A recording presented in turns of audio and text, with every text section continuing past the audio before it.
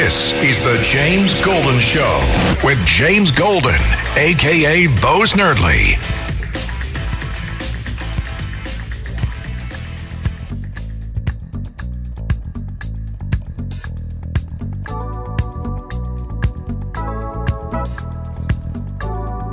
Welcome, my friends, to your Saturday morning vibe here with James Golden, a.k.a. Bo Snerdley. Glad that you are here with us this morning. If you would like to be on our 3-hour program at any point, give us a call. 800-848-9222 is how you reach us. 800-848-9222. And so much to discuss. Today, of course, we will check in with our very own Princess Diana. I have been looking forward to this all week. I am not going to use today's session to gloat, although the end of her predictions about the Democrat nominee for the 2024 cycle are quickly evaporating. They have evaporated, but that will be for another day. I spoke briefly on it yesterday. We also will check in with America's small caffeinated mom, as we do most weeks, and Red Apple Media's news anchor, Liz Rattoballi, will join us. Your calls, big part of the program, 800-848-9222. The Democrats do not want, they say, the Harris honeymoon to end. They want it to last forever. That's not going to happen.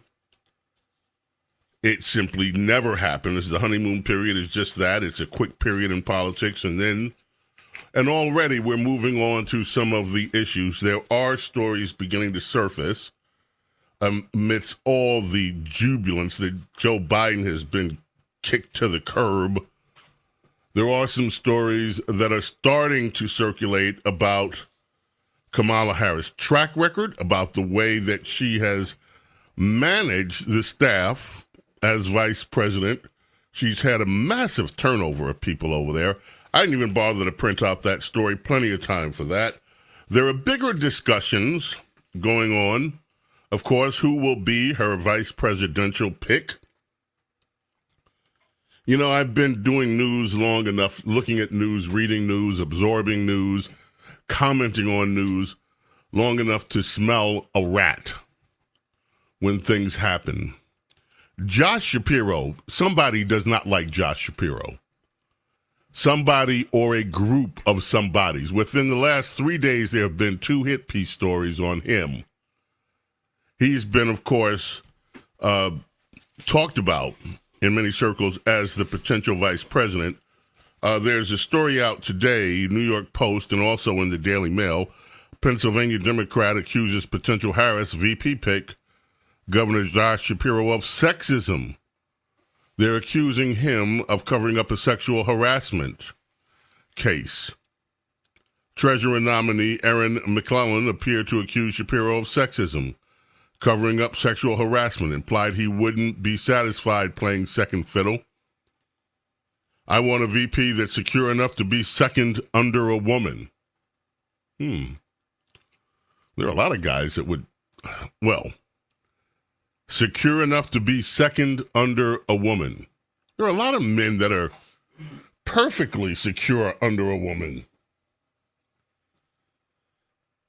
And it won't undermine the president to maneuver his own election, doesn't sweep sexual harassment under the rug. So that's the attack now on Pennsylvania governor and potential VP candidate Shapiro. The other was that there was money being laundered from a big teachers union into his campaign funds in his last election cycle. Clearly, somebody doesn't like Josh Shapiro.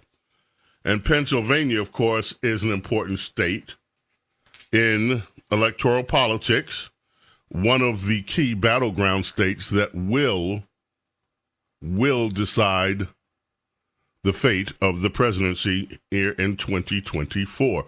Tomorrow, by the way, marks 100 days. We are right now at 101 days before the election. Tomorrow, 100 days. And that may seem like a lot of time, but it will fly by. If you think of what has just happened in the last 28 days, the last 30 days, incredible. Oh, quickly, the FBI has now confirmed that former President Trump was struck by a bullet. This, of course, after this FBI alleged director, day one of a Trump presidency, day one, hour one, Christopher Wray should get his walking papers. Just be done with him. Speaking of that, triggers are going off. Does the name Peter Schrock mean anything to you? Schrock. This is the guy, the FBI agent, that was texting with his paramour, Lisa Page, another FBI agent, both of them married to other people, having an affair, but talking about back in the Trump election cycle of the 2020 race, how they would do everything pretty much in their power to derail him. This was a clear case of the FBI being involved, two members of the FBI and more, being involved in an effort to damage Donald Trump and to ruin his election chances. The fact that, anyway, he sued. Their text messages to each other became public.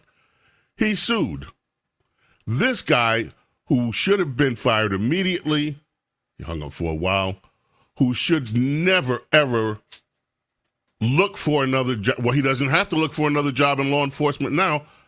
The DOJ, remarkably enough, settled with him. He's now a millionaire.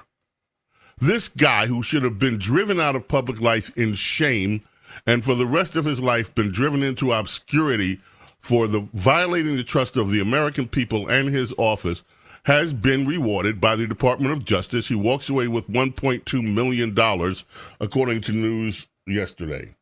And this is typical of what the Democrats do. They reward. You look at the way they handle these protesters. You can, like clockwork. They protest. Their protests get out of hand. Police are called. They get arrested because they're doing things they shouldn't do. In some cases, violent and destructive things. Then they sue the police department. Oh, police brutality. Then Democrat courts hand the protesters over huge sums of money. The Democrats reward their miscreants. And when did he stop beating his wife? Okay. The Democrat Party kingmaker, I suppose we should call him now the queenmaker, James E. Clyburn,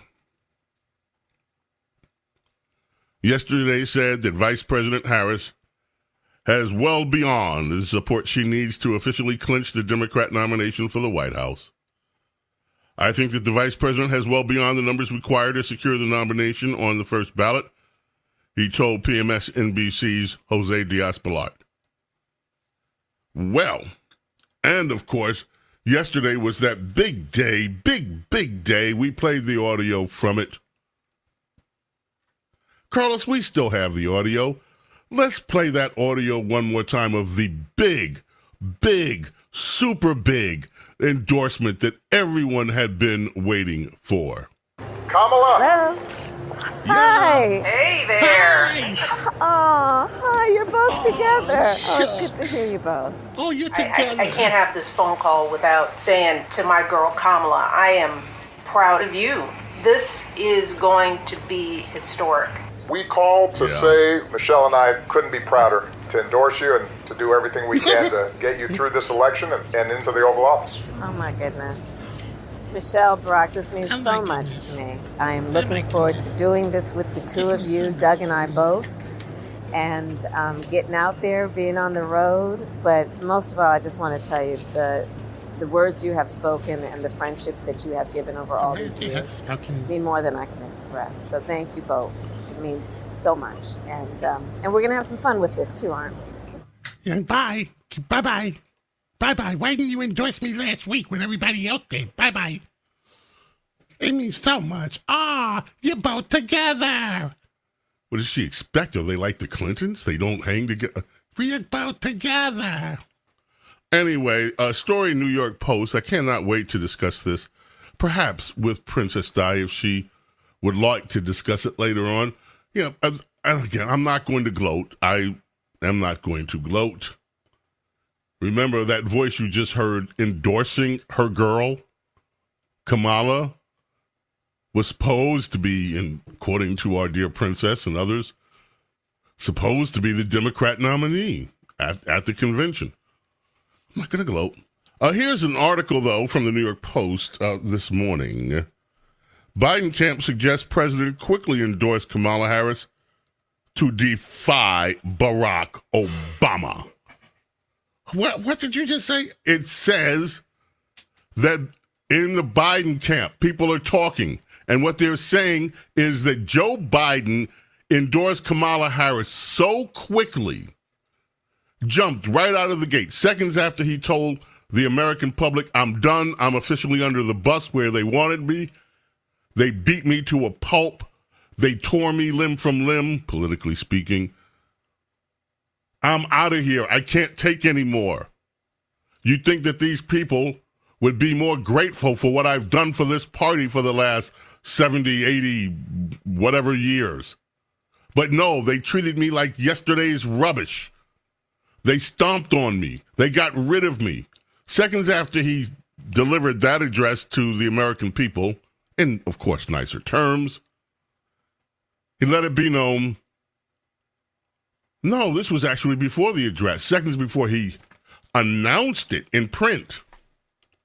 He let it be known, oh, yeah, by the way, I'm endorsing that woman that's my vice president, the one that we've been trying to keep away from the public the last 3 years, the one that we sent out there to do things so that she could get lost and not really get her name in the headlines because we were a little embarrassed that we picked her. Seconds after they released. That's right. What can be. Yeah. Unburdened by what has been. What can be. Unburdened by what has been. What can be. Unburdened by what has been. What can be. Unburdened by what has been. What we can see, what we believe can be. Unburdened. That's right. Seconds after, he said, I'm done. They're not going to hurt me anymore. They're not going to throw me under the bus anymore. I've given my all. I have nothing to give. And for all that I've given, I've been treated like trash by my own party. Seconds after Joe Biden went public with that, he said, by the way, you guys are stuck with I endorse Kamala. Now, insiders in the Joe Biden camp are saying that quick endorsement came as let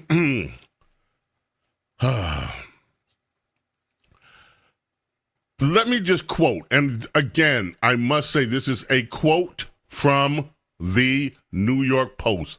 This is not James Golden, Bo Snerdley saying this. It is a quote. I say that for the language police. The source told the New York Post it was Joe's big F-U. Joe said, if I'm out, then fine. I'm going to pay you people back by endorsing her. He saw this as a final way to assert some control over his ouster. And they're saying that Obama's pick was Arizona Senator and former astronaut Mark Kelly. Obama didn't want the black guy. He wanted the white guy. We got to go quickly. 800-848-9222. On this day in 1976, Tina Turner got rid of her problem.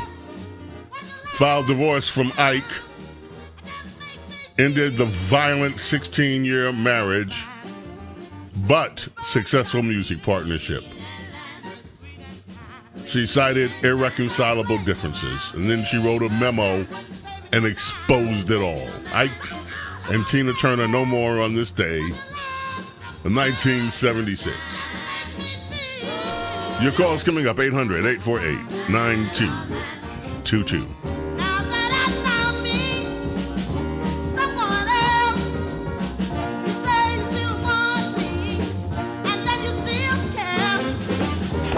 This is the James Golden Show.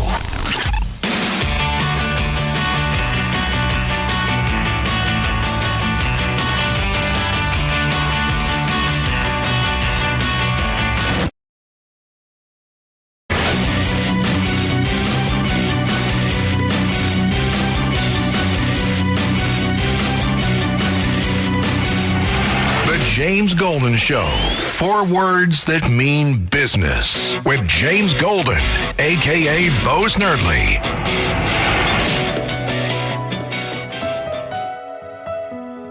This day in 2002, superstar Mariah Carey checked herself in to an undisclosed hospital, suffering from extreme exhaustion. She canceled all of the public appearances on her schedule, including she was supposed to be the headline that year of MTV's 20th birthday party. Does MTV even do music anymore? Anyway. Of course, the tabloids went nuts, made claims that she had tried to commit suicide, blah, blah, blah. Record companies squashed all that stuff pretty quickly.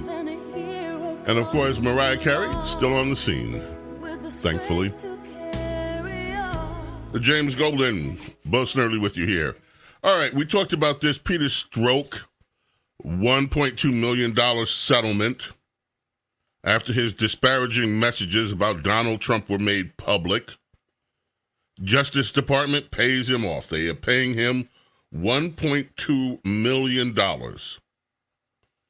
They say his text messages pretty much should have never been made public. It should always have remained a secret how deeply people inside the FBI were working against their president. Or, you know, it's just amazing. There is polling data. There are going to be a lot of polls in the coming day. One of the more recent polls showing in Pennsylvania and Michigan, there's a 1-point difference, tied with the tie in Pennsylvania between Harris and President Trump, 49% each. And it's also close. She's down 1 point in Wisconsin, which is a must-have state for the Democrats if they intend on pulling this election out of where it was pure misery. There's also, I don't know whether you've heard about this case of this woman. There's a woman that has been shot by police. It's an ugly case. The police officer in question has been fired from his job, faces murder charges. It was one of the most unnecessary, by all accounts. Her name is Sonia Massey. It's really a terrible story. Black woman, 36 years old, apparently suffering very, very serious mental health problems. She had called police herself to report a prowler. Eventually, the police showed up.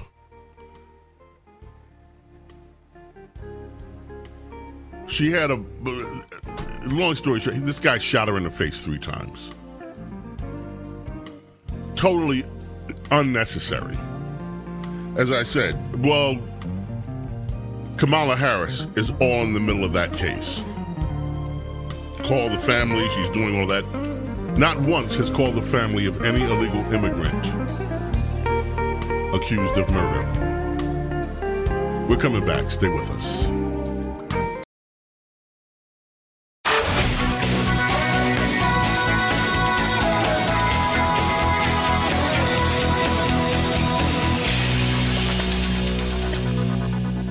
The James Golden Show.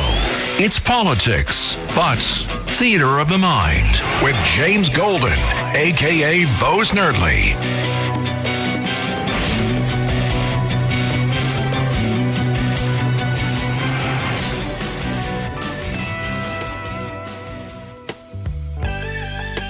In 1974, on this day, Wings begins a 7-week run. The number one album, Band on the Run. The album started off with fairly, lukewarm sales. But then the two singles were released from it, Jet and this one, Band on the Run. It became their top-selling album. In fact, this is Paul McCartney's most successful album since he left the Beatles. Band on the Run, of course. Amazing. Well, this isn't Band on the Run, but what an album. Paul McCartney, the most successful songwriter in history. Well deserved. We were talking about this case. Kamala Harris has called the family. She's all involved in this case. And it's a terrible case, people. It is a terrible case. But unlike many other cases, the police department here didn't try to cover it up. They fired the guy immediately. He's in jail. This former law enforcement officer for murder. What happened is, in brief, Sonia Massey called the police department reporting a prowler. Eventually, as I say, they showed up to her home. She apparently had some hot water on the stove or something, and the officer tells her to, get rid of it or whatever. The body cam video has been released on this thing, and apparently it's just horrific. Prosecutors give an account of the tense moment. He yells across the counter at her to set down a pot of hot water. He aims his 9mm pistol at her. He threatens to shoot her in her face. And then he fires 3 times. An unidentified deputy with him then said he would go get his medical kit. But this police officer says, she's done. You can go get it, but that's a headshot. There's nothing you can do, man. He then relented. The second deputy tried to get towels and hold it to this woman's head to try to stem the bleeding. But by the time Grayson then returns with his kit, EMS had arrived, and they told him his help wasn't needed. He threw his own kit on the floor. I'm not even going to waste my med stuff then. Now, this woman struggled with mental illness. She had admitted herself into a 30-day inpatient program in St. Louis. During the week before her death, she returned to her house 2 days later. This woman had some mental problems going on. But she was not armed with any firearm or anything.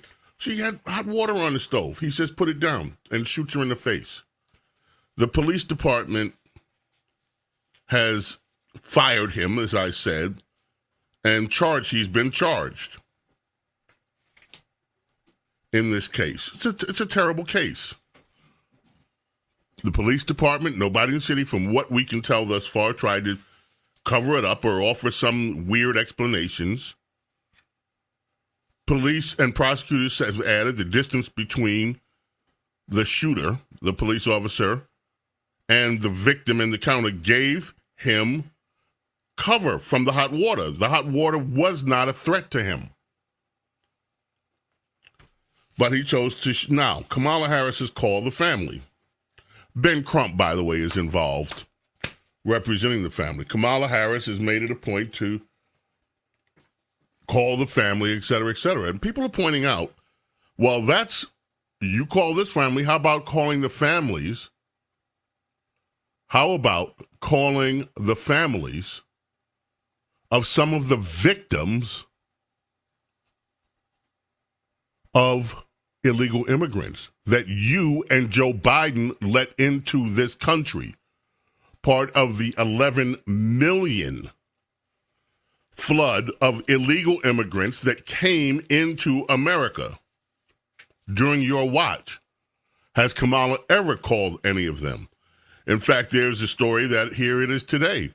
Border czar Kamala Harris visits Houston weeks after Joycelyn Nungare was allegedly murdered by illegal immigrants.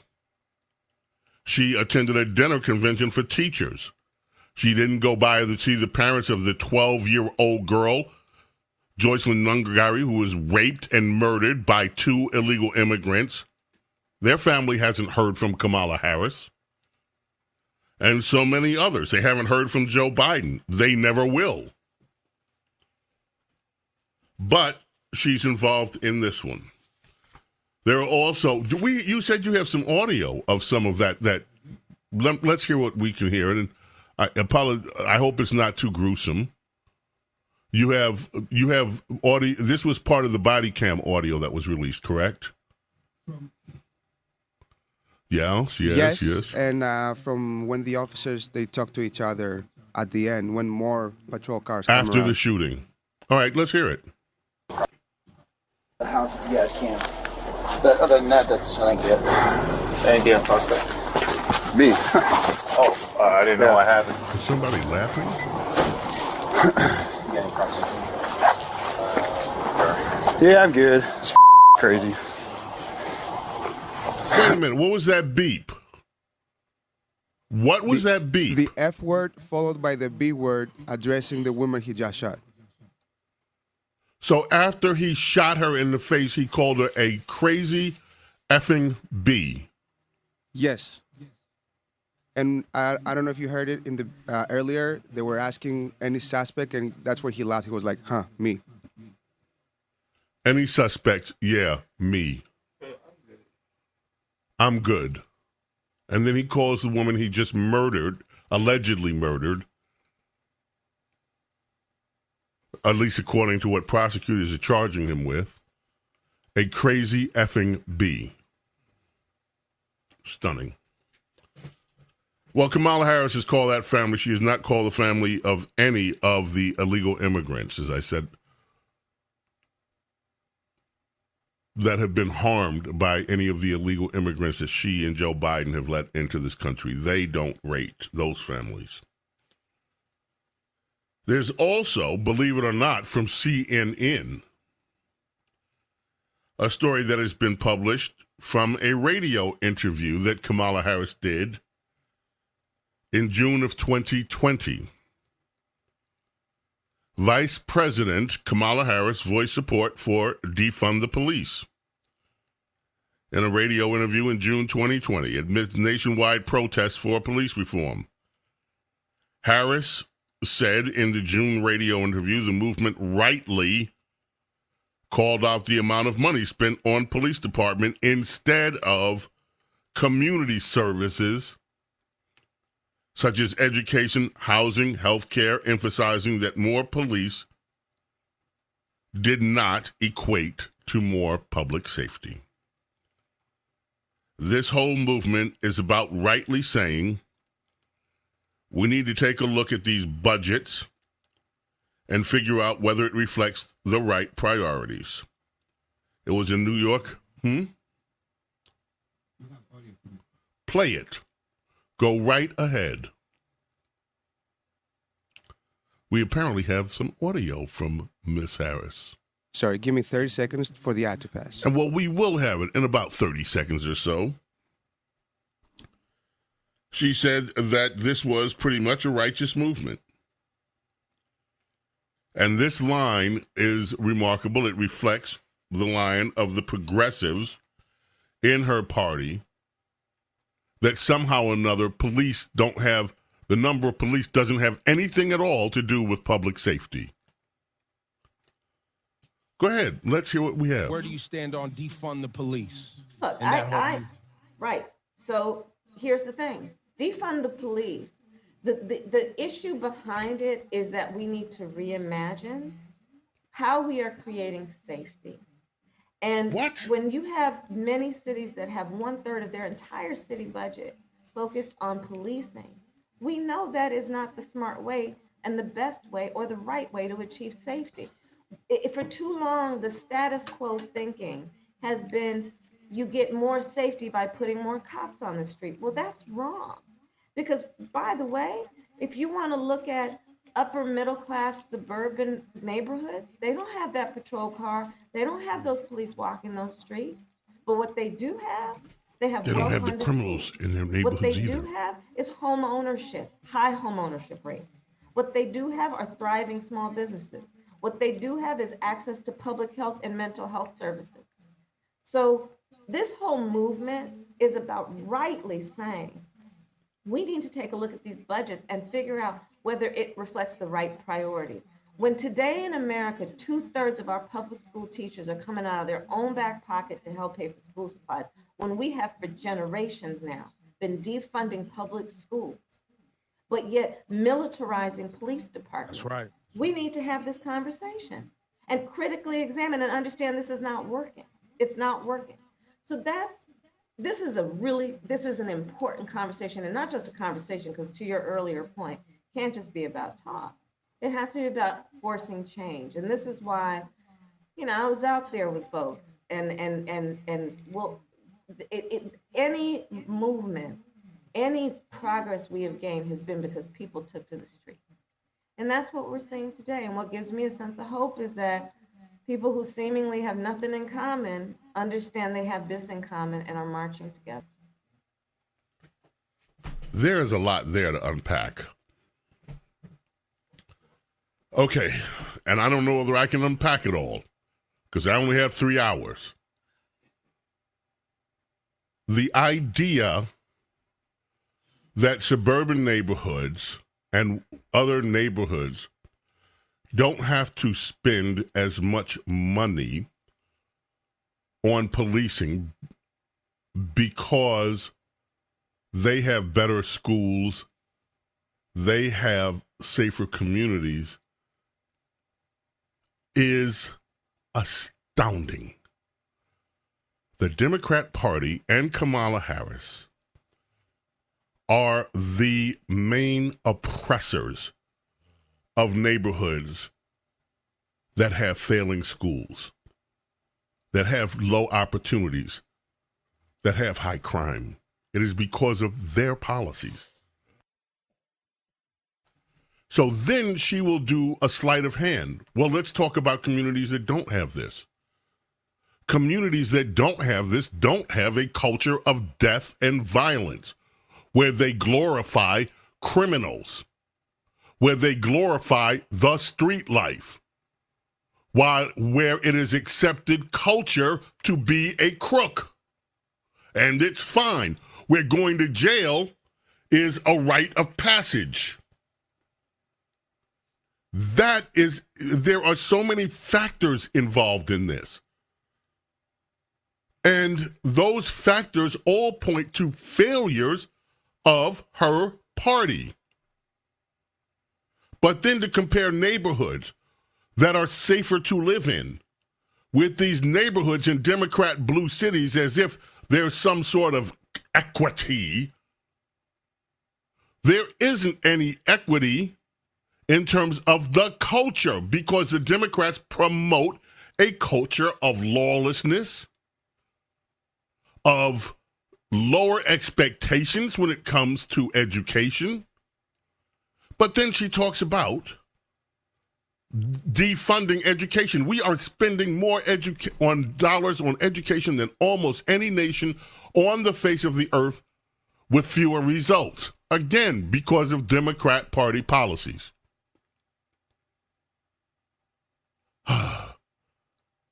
Less police in crime-ridden neighborhoods doesn't mean more safety. That's absurd.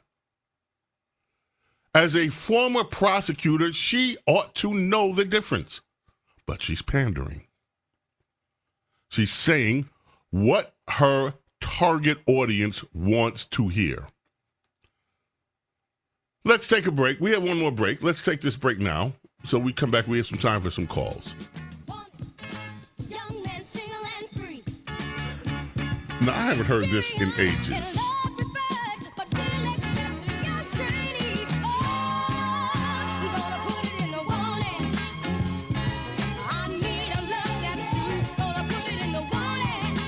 Yes, indeed. Honeycomb. Birthday today for Shelley Clark, singer, dancer, actress. One of the founding members of this girl group, the Honeycomb, 1971. This was #1 single across the country. Want ads looking for men, young men. Single, free.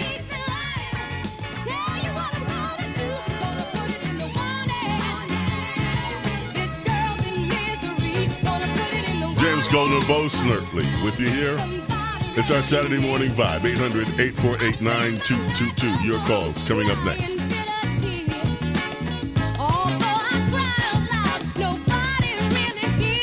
The James Golden Show.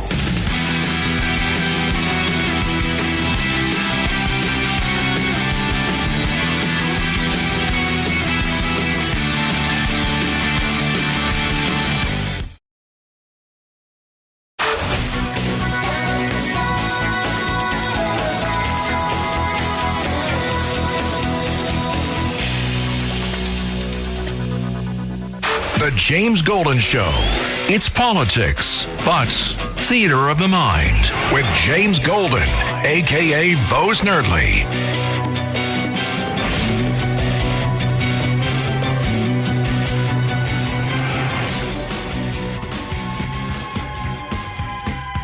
Steve Michael Vaughn is born.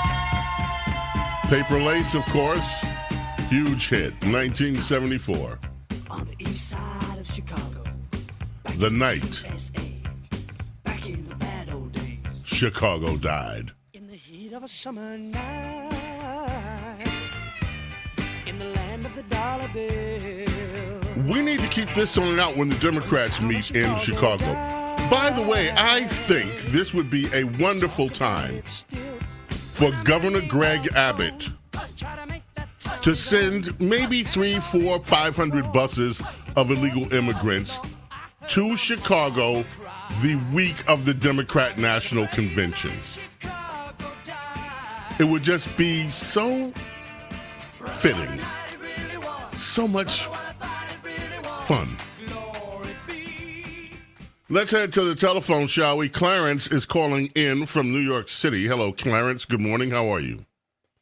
Hi, Bo. It's really great speaking with you again. I think Kamala Harris did an excellent job by calling the family. I think it will tie into her overall theme of embracing herself in the black community. The Democrats only have one real strategy. That's coalescing her base. That's stopping the hemorrhaging of blacks. That's making sure that the women, white women, are all in for the reproductive freedoms and also the transgender.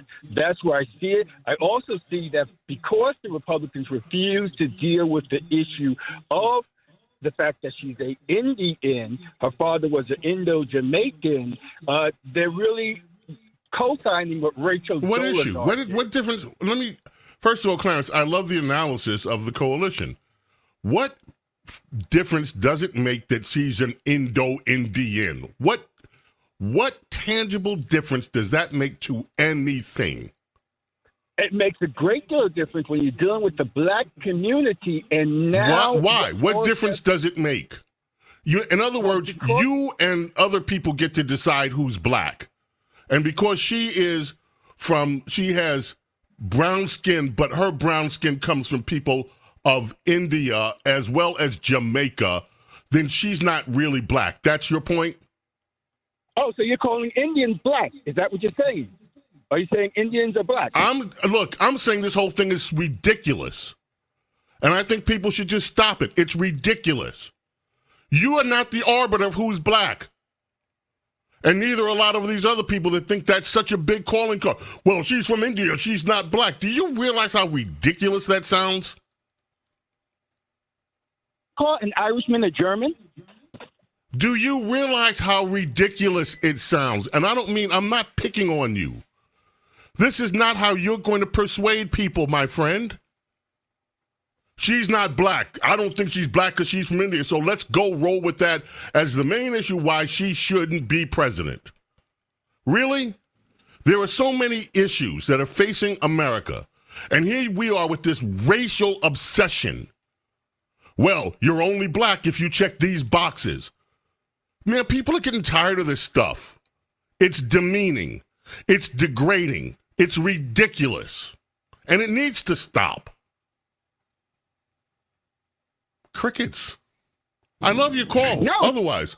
And I don't look, I'm not trying to pick on you, but I'm just giving you my honest take on this stuff. This stuff is ridiculous.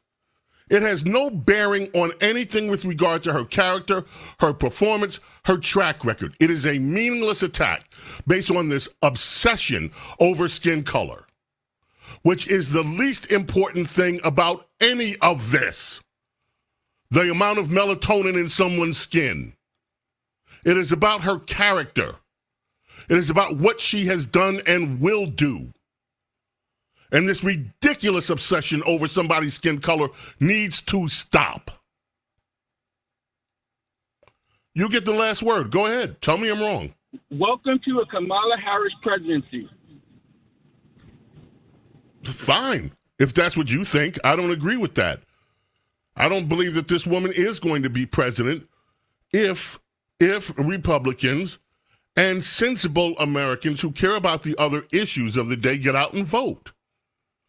And if that's what's going to define it, the fact that she's brown but you don't think she's black, then this country's in a lot deeper trouble than even I thought it was in. Alex in New York, you're up next. Hey, James, a couple of points. Republicans that are running for the House and the Senate, they should go look at Dave McCormick ad that he just put up against Bob Casey. Bob Casey endorses Kamala Harris, and then Dave McCormick's playing Kamala Harris's greatest hit on where she stands on issues. I love that. We have to go. We are at the end of our first hour. Our number uno is in the can. Our number duo coming up, James Golden. It's the Saturday Morning Vibe with Bo Snerdley. Keep it right here and do not go away.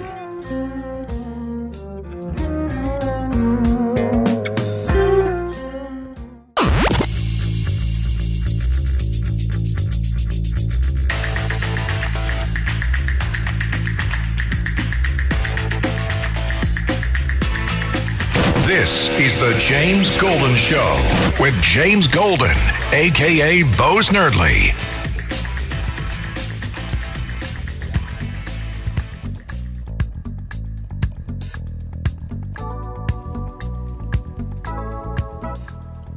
Welcome, my friends, our number duo. James Golden, Bo Snerdley here with you. It is our Saturday Vibe here. Glad you are with us. And if you'd like to be on the telephones, 800-848-9222 is how you reach us, 800-848-9222. Your calls very welcome later on in the program. We are going to hear, and I cannot wait, I have been looking forward all week, especially since the big endorsement of Michelle My Belle Obama and her husband, Barack Hussein Obama, of the Democrat new and improved nominee, Kamala Harris.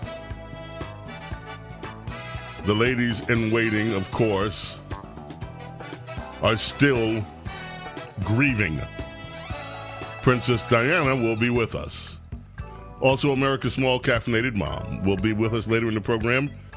Your telephone calls right now. Red Apple Media News anchor Liz Rattoballi joins us. Liz, good morning. How are you? Good morning. I'm doing excellent this morning. How are you, Bo? I'm doing great. You know, you sent me a story that was on your list of things that we should discuss this morning. I hadn't seen this story, and I started reading it. It is totally, well, there are two things you sent me, both of which I can't wait to hear about. But this first one in Ohio Supreme Court says boneless chicken wings can have bones. It is a story about the bones.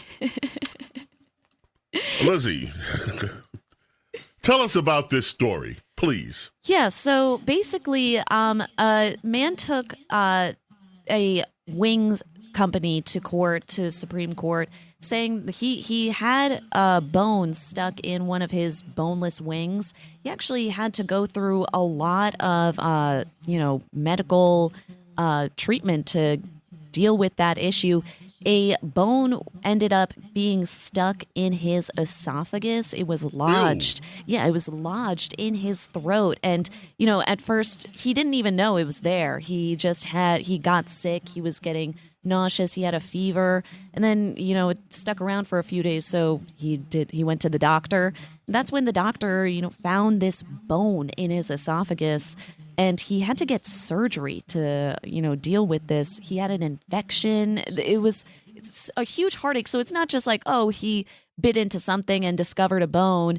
He's dealing with a huge medical, headache over this mistake from the wing stop. But apparently it's not a mistake. It's actually, they are allowed to do it. The Supreme Court of Ohio ruled 4-3, close decision, that bones are a natural part of the chicken, so they should be expected when you're eating chicken. Even boneless chicken, consumers should still expect to have bones. And as you said, it was a divided court. And one of the this is, by the way, it is a divided court that pits Republicans and Democrats on the court against each other. And what I understand happened here, according to the story that you sent me, Lizzie, the Democrats are fuming. They're calling the reasoning absurd. They say a jury, not an appeals court judge, should decide whether customers should expect to find bones in boneless chicken wings. Leave it to a jury. Don't leave this to a judge. Don't leave it to a bunch of appellate judges. They want judicial restraint. Yeah, because it is like a story about understanding. Like, what do you understand about chicken? Like, and when you hear the word boneless, like, aren't you kind of expecting that there's not going to be any bones? I would expect if someone, I don't eat the stuff, but if someone said, here's some boneless chicken, and you chomp down on your boneless bird, you wouldn't expect any bones to be in your esophagus that require not one, but 2 surgeries, infections. This guy started running a fever the night that he had the boneless chicken. He said he felt like something went down the wrong pipe. Yeah, they got stuck there. Fevers, infections, and all that stuff. Yeah, he has a long-term heart condition now because of all this. So there's like long-term effects. You could qualify. He's has like a disability now because of this decision. One of the judges, the main judge on the court who wrote the opinion for the majority, he said that a diner who's reading boneless wings, they don't understand that it doesn't have bones in the wings, just like when you're eating chicken fingers, it's not chicken fingers. But to be fair, chickens. What is it? It's just usually chicken breast or some sort of. So why do they call them chicken fingers? Because they're chickens don't have fingers.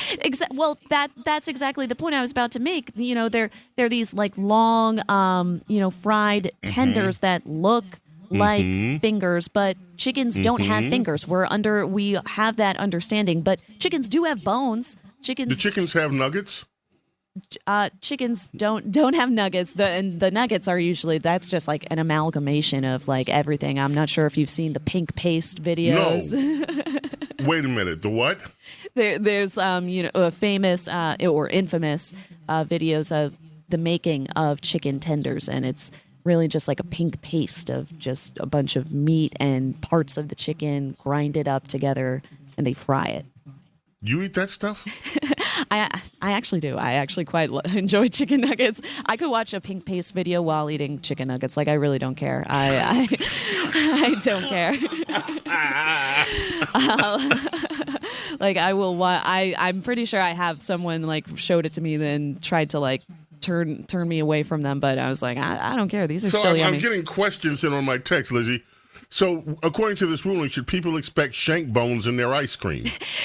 Yeah, well, and that's the thing, too. He says that, it's not like when you present something as gluten-free or lactose-free, but, if you're advertising this as boneless, how come that if you're advertising some dairy-free milk, well, dairy is a natural part of milk, so why can't you expect dairy in your milk? So now, what is the protection for the consumers? That's what this comes down to. I've always wondered about this whole milk issue because, I want to know, I always wanted to see the almonds get milked. I want to see how almonds get milked. I want to see how soy gets milked. I want to see how a lot of this stuff gets milked. We know how cows get milked. Well, I think that why don't they just call some of that? Because it's not milk. Yeah, it's soaked. It's usually they soak them and they just blend them up. It's actually kind of boring. I've seen almond juice. Yeah, I've seen almond milk get made. It's soy juice. It's not milk. But anyway, I digress. Yeah, in this case, it reminds people. So I guess when you say that something's boneless, you should now, according to the court, even though we say it's boneless, expect a bone. Yeah, and a lot of people are reminded of the McDonald's case with the hot coffee. The Stella Liebeck, who sued McDonald's over the hot temperature of coffee. She went through. Because coffee's not supposed to be hot when you order hot coffee. Well, that ruling made a lot of sense. No, well, in that ruling, it was found that they had it way too hot, past the point that it was safe to pass off to consumers. I mean, in the case of Stella, she had to get skin grafts. She had to go through 2 years of medical treatment. So it's another example of these people who are dealing with long-term medical headaches, dealing with the healthcare system based off of something, blind spot from these major companies and these people who are supplying us with our food. You want to really be safe when you're eating something. You want to trust. Yeah, folks, be careful with the bones. Let's see. Brats. Okay, Lizzie, I keep seeing this thing, this terminology brat is trending, and I keep seeing it peripherally out of the corner of my, when I'm reading news articles and I look at the trending page, brat this, brat that is trending, and now there's something about brat summer. What are these people talking about? What are is it like some new doll baby thing or something? Brat? What are they talking about? Yeah, well, Bratz is a doll that is, honestly, I don't even know if they still make them anymore, Bratz dolls. I had a few Bratz dolls when I was little, but Brat is the name of a new pop album that came out in the beginning of last month in June. Charlie XCX, pop star from the UK. She came out with an album called Brat, and I'm confused all over. You said Charlie XCX? Charlie XCX, yes. It's not a dude. It's a dudette. Charlie is short for Charlotte. Oh, why didn't you just... Oh, never mind. She goes by Charlie XCX. I'm not going to say Charlotte XCX. That's not her stage name. That would be misinformation. Why are these women calling themselves Charlie? What is the point? Well, never mind. I'm showing my age. I've met a few Charlies. I mean, it's one of those, kind of gender neutral nicknames. I met so many Jessies that are neutral nicknames. Well, Jessie, I've met Jessies that are girls and guys. I've met Ashleys that are men. Okay, so but Charlie. So XCX, this whole brat thing. So there's an album out called Brats by some girl named Charlie, and that has now spawned a movement called Brats. What's the deal? Yeah, so Brat is basically this idea of, being messy, kind of embracing yourself, flaws and all. The singer actually said, you're just like a girl that's a little messy, likes to party, maybe says some dumb things sometimes, who feels, parties through it. He's very honest, blunt, a little volatile, but you're Brat. That's, you're just kind of Brat. So, in other words, you're a lazy unsanitary, get nothing done teenager, and that's cool. That's the whole point of being a brat. Well, it's not actually geared towards teens. They're in the album.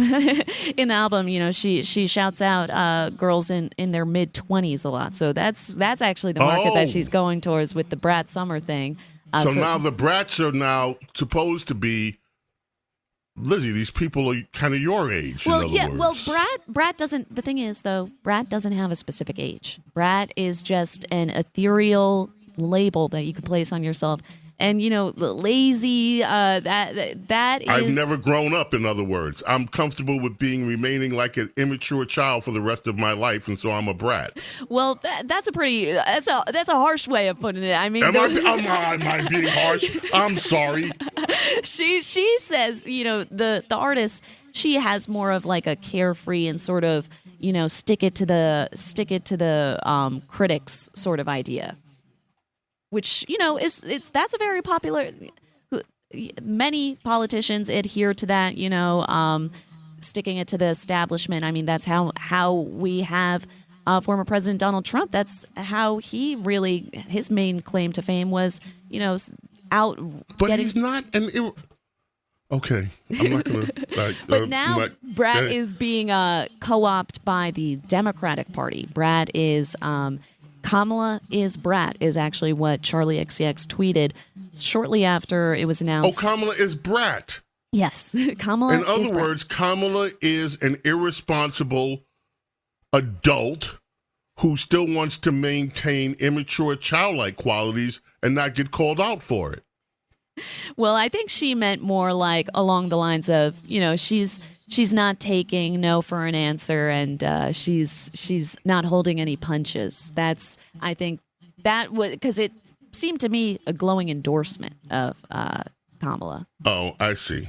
Lizzie, thanks for explaining this business with the brats. I am more confused now than I was before as to how this is so suddenly trending. And what's the singer's name again? Charlie who? Charlie XCX. Okay, we need to see whether we can get that. I want to hear the song at some point, okay? It's a full album. You're going to have to sit down and really... Oh, so the whole brat thing runs the course of a full album. Full album, body of work. Oh, great. Great. What's the name of the album? Brat. Brat. Figures. Too lazy to even come up with a decent title. Okay. Lizzie. Thank you. Lizzie, I am learning so much. Every week, you bring me something new to the table that I have never really delved into, and I appreciate it so much. Of course. I appreciate the time. Thank you so much, Bo. All right, Liz Rattoballi, everybody, Red Apple Media news anchor. James Golden, Snerdley with you here. It's our Saturday morning vibe. I did not. What? You knew about this, didn't you? Charlie XCX? This is it? That's her, yeah.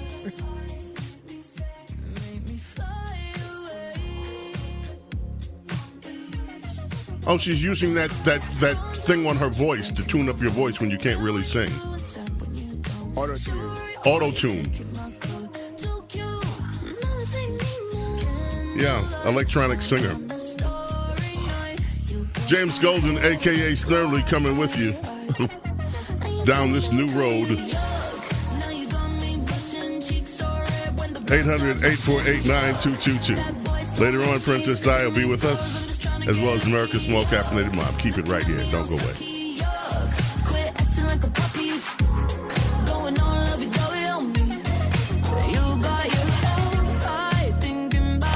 This is the James Golden Show.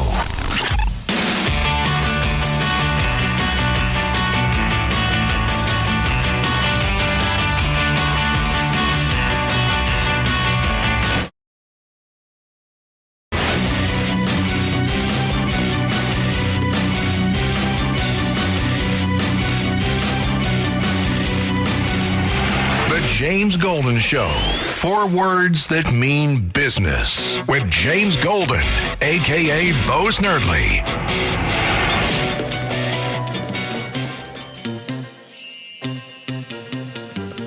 In 1943, Al Ramsey is born. He's the bassist. For Gary Lewis and the Playboys, 1965, this was their number one.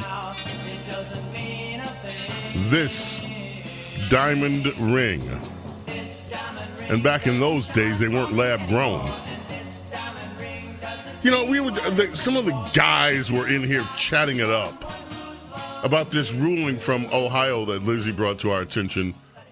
Let me see how I can do this gracefully and tactfully.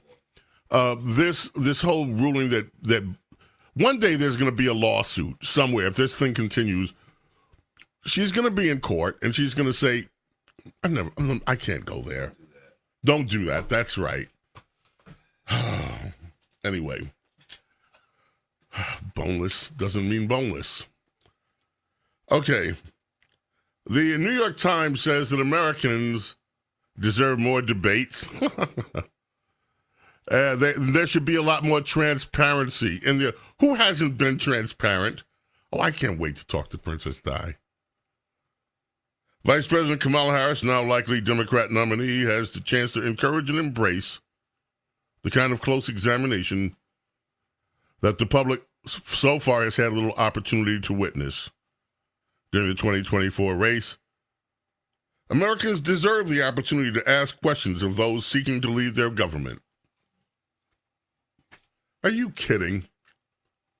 The American Democrats didn't even have a chance to vote on this woman as their standard bearer. I continue to remind many of you that Dean Phillips, that lowly congressman, actually has more votes to be the Democrat presidential nominee than does Kamala Harris. I've been promising to get back to the phones. We will in a moment. I don't want to take a call right now because we are too close to a break, and I want to give whoever is next the opportunity to fully present their case. Coming up, it will be here before you know it. Princess Di will have to explain. Well, will explain herself. Will explain what's going on. She's not going to give the apology is not going to happen today. What do you mean she's dodging? She's going to dodge? We'll see. Keep it right here.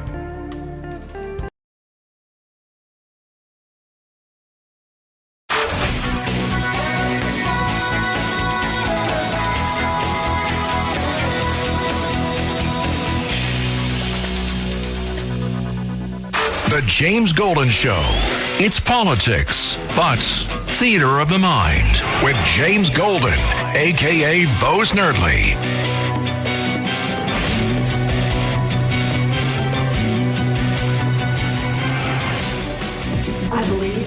I think we all at this table believe nobody should have to go to jail for smoking weed.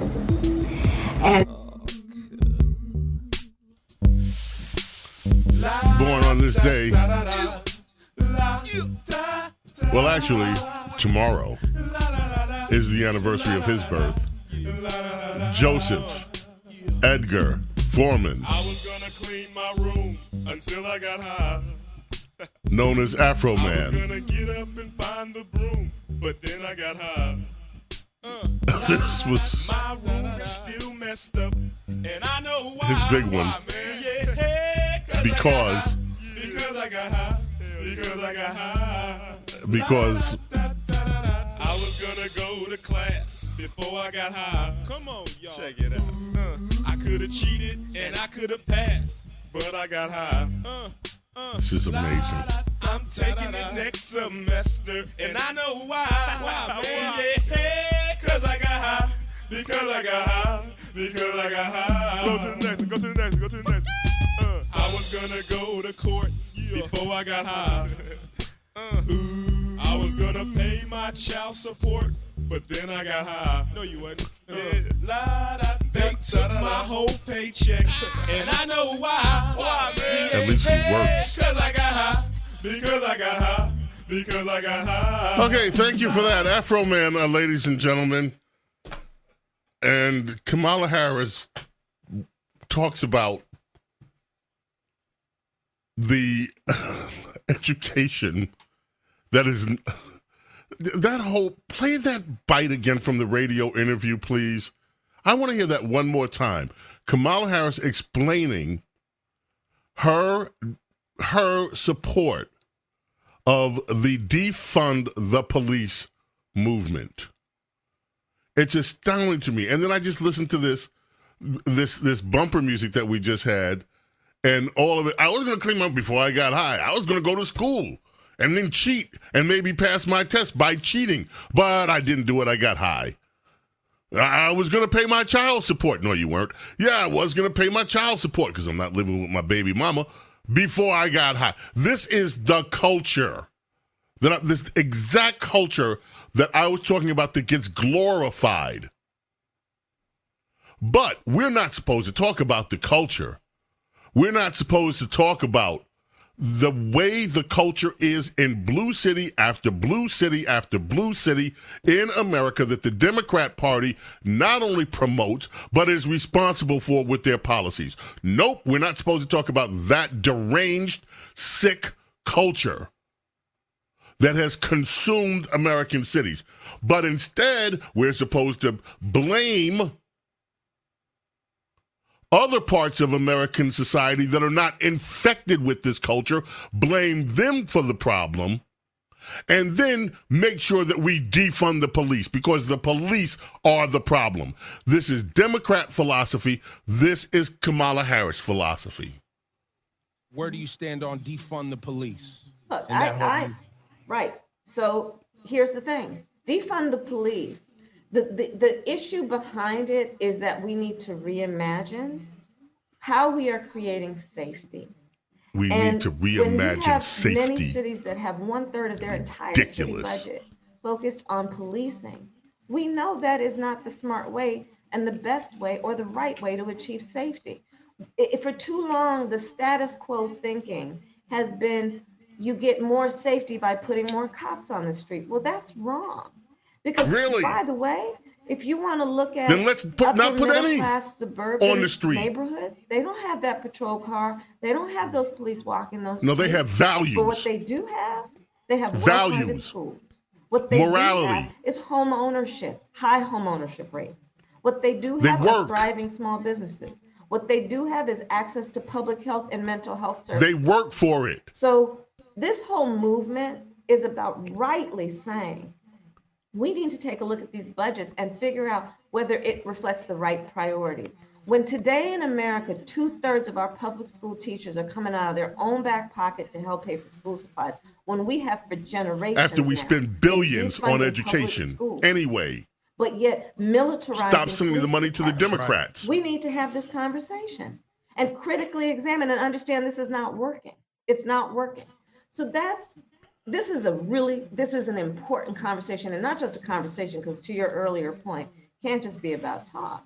It has to be about forcing change. And this is why, I was out there with folks and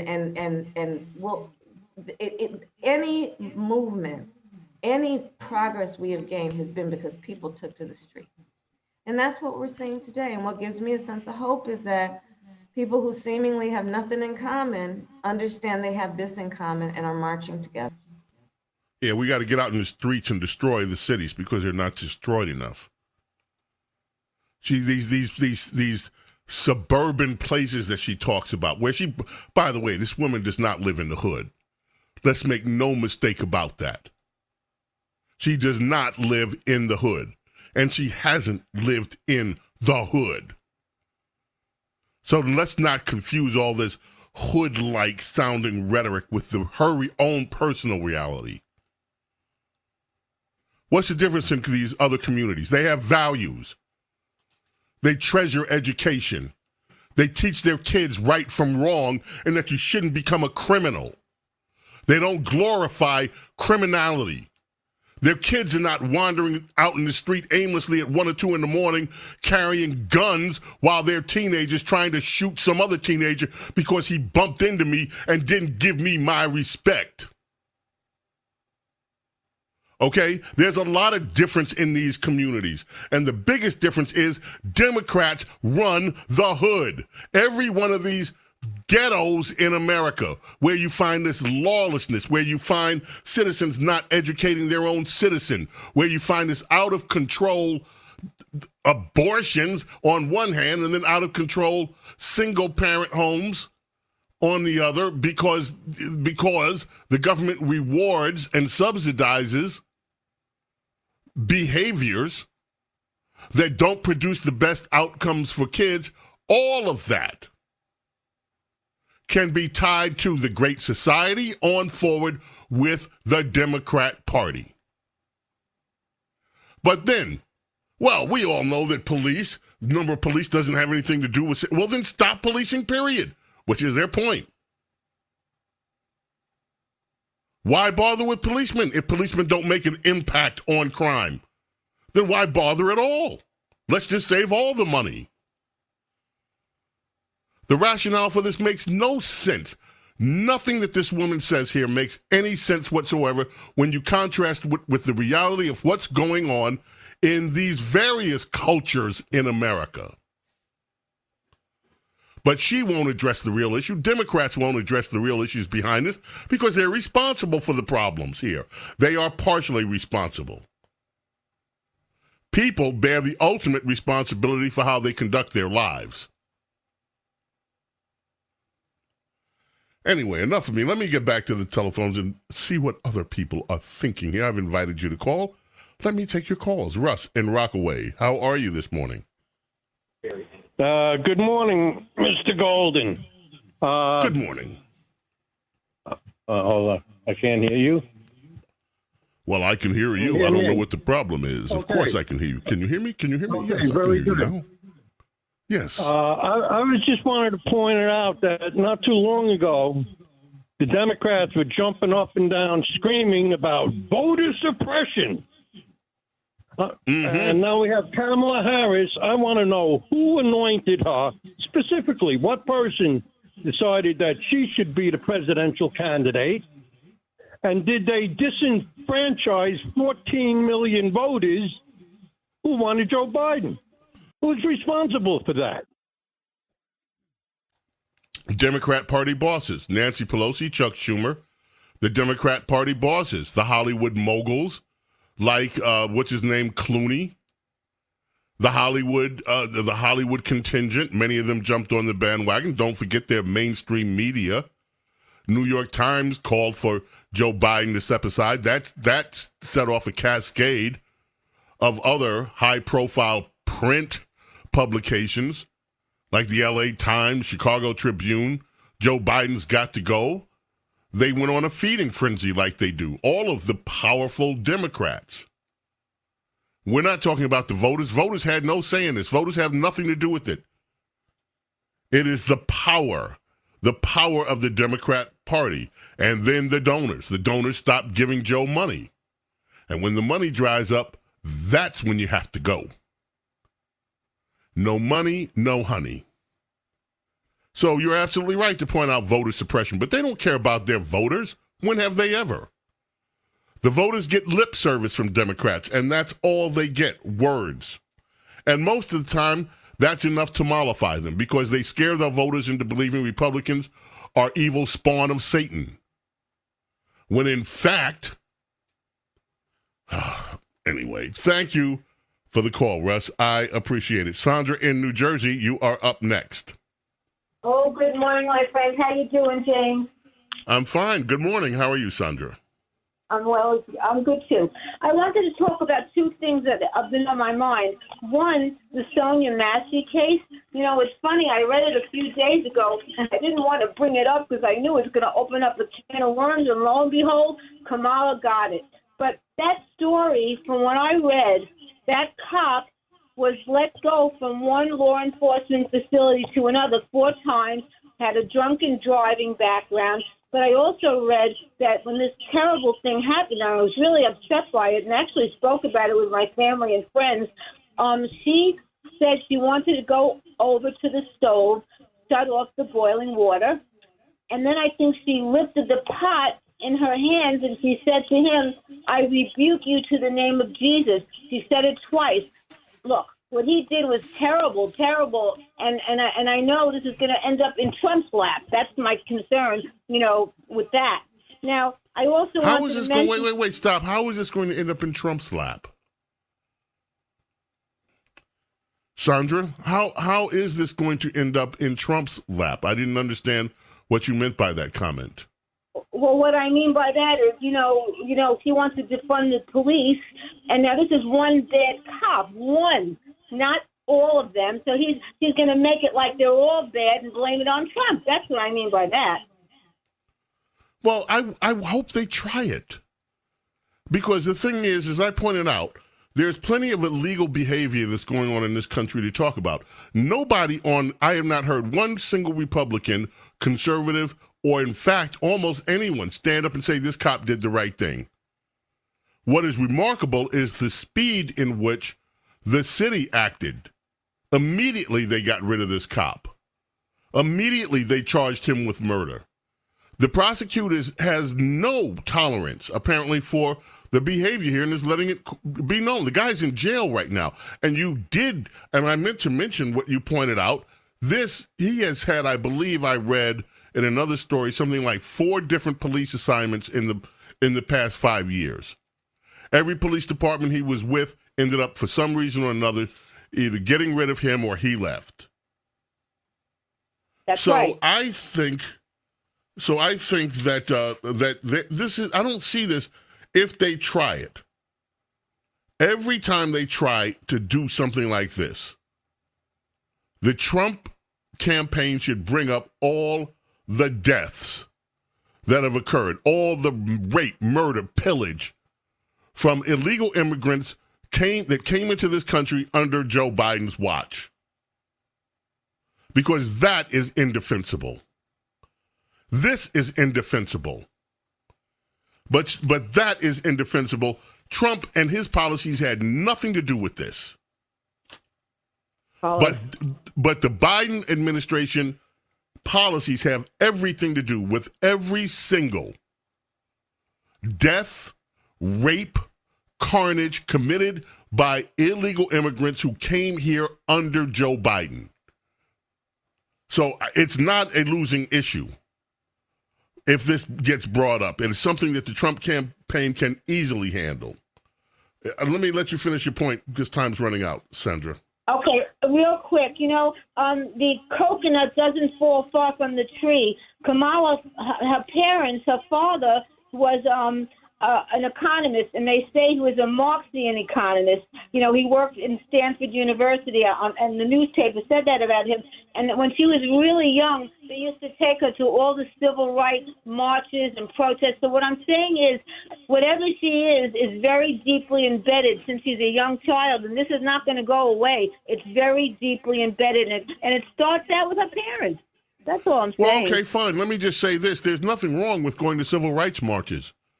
Some of the civil rights marches that were taking place while she was were absolutely necessary to the health of this country. That in itself is nothing to be ashamed of. But that doesn't mean what you talked about, the Marxist part of this, the Marxist indoctrination. Yeah, that's up for discussion as far as I'm concerned.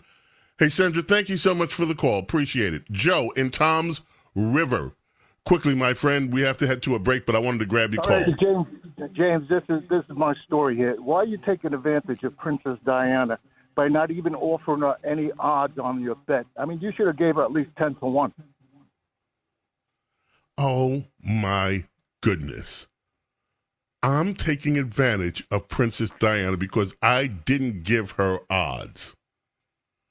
Princess Diana and her merciless crew, these ladies in waiting, have harassed and harangued me for weeks. The chickens are coming home to roost. It is I, my friend, I that have silently endured, waiting for the opportunity that now has presented itself, where once again I stand with my head held high, victorious in the linear reasoning that guided me to my correct decision. Princess Di has not been taken advantage of. in any way. I would never dream of taking advantage of our Princess Di. But she and the ladies of waiting, when the time comes, there will be no gloating this week. I will wait till the convention, and then they will answer. James Golden, Snerdley with you here. It's our Saturday Vibe, 800-848-9222, if you want to be a part of it. We don't need no Another brick in the wall. Richard Wright, born this weekend. Tomorrow's his birthday. Vocals, keyboards. Pink Floyd, of course. One of the most successful albums in history, The Dark Side of the Moon. Back in 1973, and in 1979, this went number one. Another brick in the wall. James Golden. Bo Snerdley with you. Keep it right here. All in all, it's just another brick in the wall. The James Golden Show.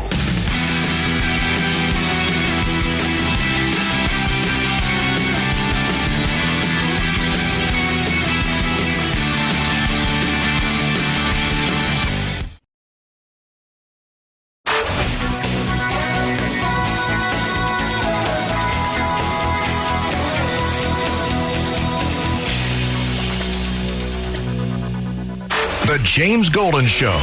It's politics, but theater of the mind with James Golden, a.k.a. Bo Snerdley.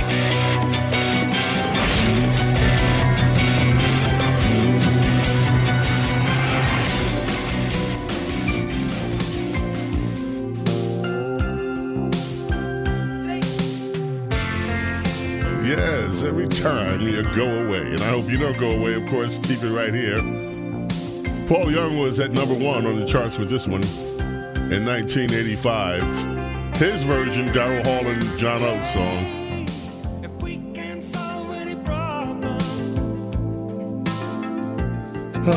Yes, my friends, coming up in the next hour, Princess Di will finally, I have been waiting for this all week. Princess Di will be with us. Yes. Let us head back to the telephone, shall we? Liam in Staten Island, how are you? Hey, James. Great show. Thanks for taking my call. Thank you. Yeah, last night Mark Levin was talking about these different things that Kamala Harris does, and, this morning with the cop, they're all going to be these things that some people might embrace, but the big thing is she really is not doing her job right now. The only job of the vice president is to step in when the president can't do it. That is full stop, first line of her oath. And when he came to her and said, I can't run anymore, or through a proxy, whatever, however she found out, the fact that she didn't step in and say, hey, he's got 6 months left. What are we doing today?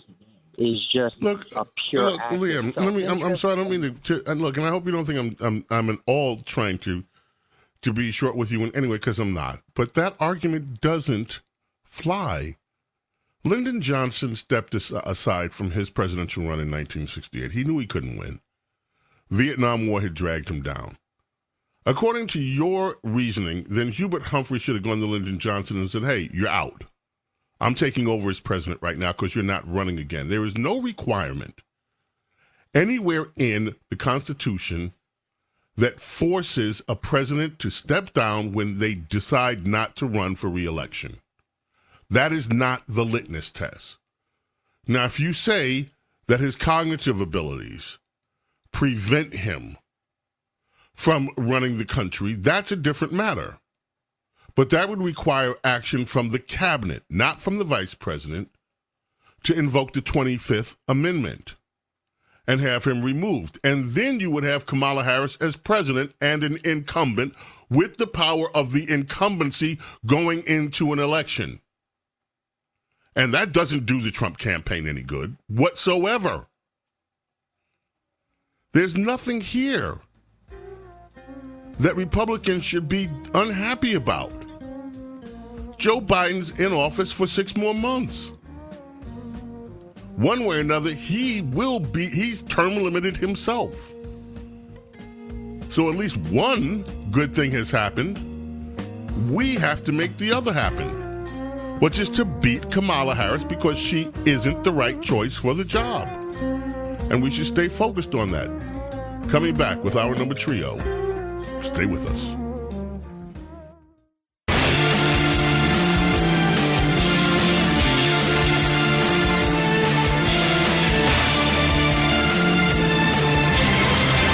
The James Golden Show is on the air with James Golden, a.k.a. Bo Snerdley.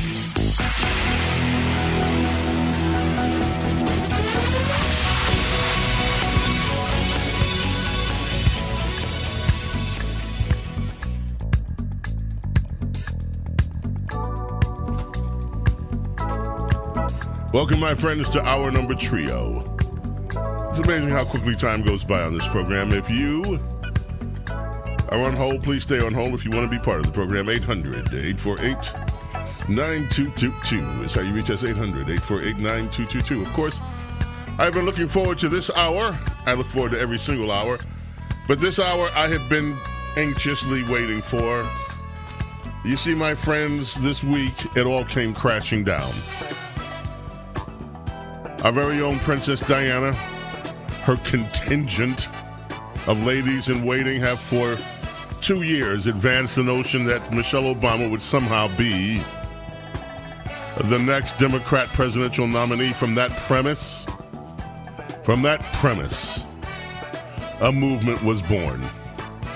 It spread like wildfire. Pundits, elected politicians, journalists, millions perhaps of everyday Americans heard and read Princess Diana and said, yep, this makes sense. It'll be Michelle Obama. Standing alone, sometimes in the cold, sometimes in the winds. Your host, steadfast in my belief, guided by linear reasoning. This is not going to happen. It won't be Michelle. I will admit there were moments like when it became apparent the Democrats wanted to throw Joe Biden under the bus, as Princess Diana had predicted what happened some 2 years ago. I said, uh-oh, this is a stunning development. But even then, I didn't waver. I said, it's not going to be Michelle. Now we are at a propitious moment in history. It has been decided who the next presidential nominee for the Democrats will be, resoundingly. And it is not Michelle. It is Kamala Harris. In fact, you have this Lady Carla. I need you to pay attention for a moment. Play right now the Michelle Obama, Barack Obama endorsement before we bring on Her Majesty. Right? Keep the music underneath it. Let's just hear it. Kamala! Hello. Hi. Hey there. Oh, hi. You're both together. Oh, it's good to hear you both. You're both together. I can't have this phone call without saying to my girl Kamala, I am proud of you. This is going to be historic. We called to say Michelle and I couldn't be prouder to endorse you and to do everything we can to get you through this election and into the Oval Office. Oh, my goodness. Michelle, Barack, this means so much to me. I'm looking forward to doing this with the two of you, Doug and I both, and getting out there, being on the road. But most of all, I just want to tell you the words you have spoken and the friendship that you have given over all these years mean more than I can express. So thank you both. It means so much. And we're going to have some fun with this too, aren't we? It's time for a radio royalty with James Golden and America's Princess of Policy, Princess Di. And ladies and gentlemen, here she is. Yes, ladies and gentlemen, Her Royal Highness, the one, the only. We're not going to gloat today. We're going to wait until the convention is over before we talk about this any further, I take it. Although, you all know the truth as well as I. It is our own Princess Diana. Your Majesty, how great it is to speak with you on this beautiful morning in America. Oh, it is wonderful to hear your voice as always, Sir James. And if this is not gloating, I'd hate to see what is. I'm not gloating. I'm not gloating yet. You wait. You will see. Or maybe not.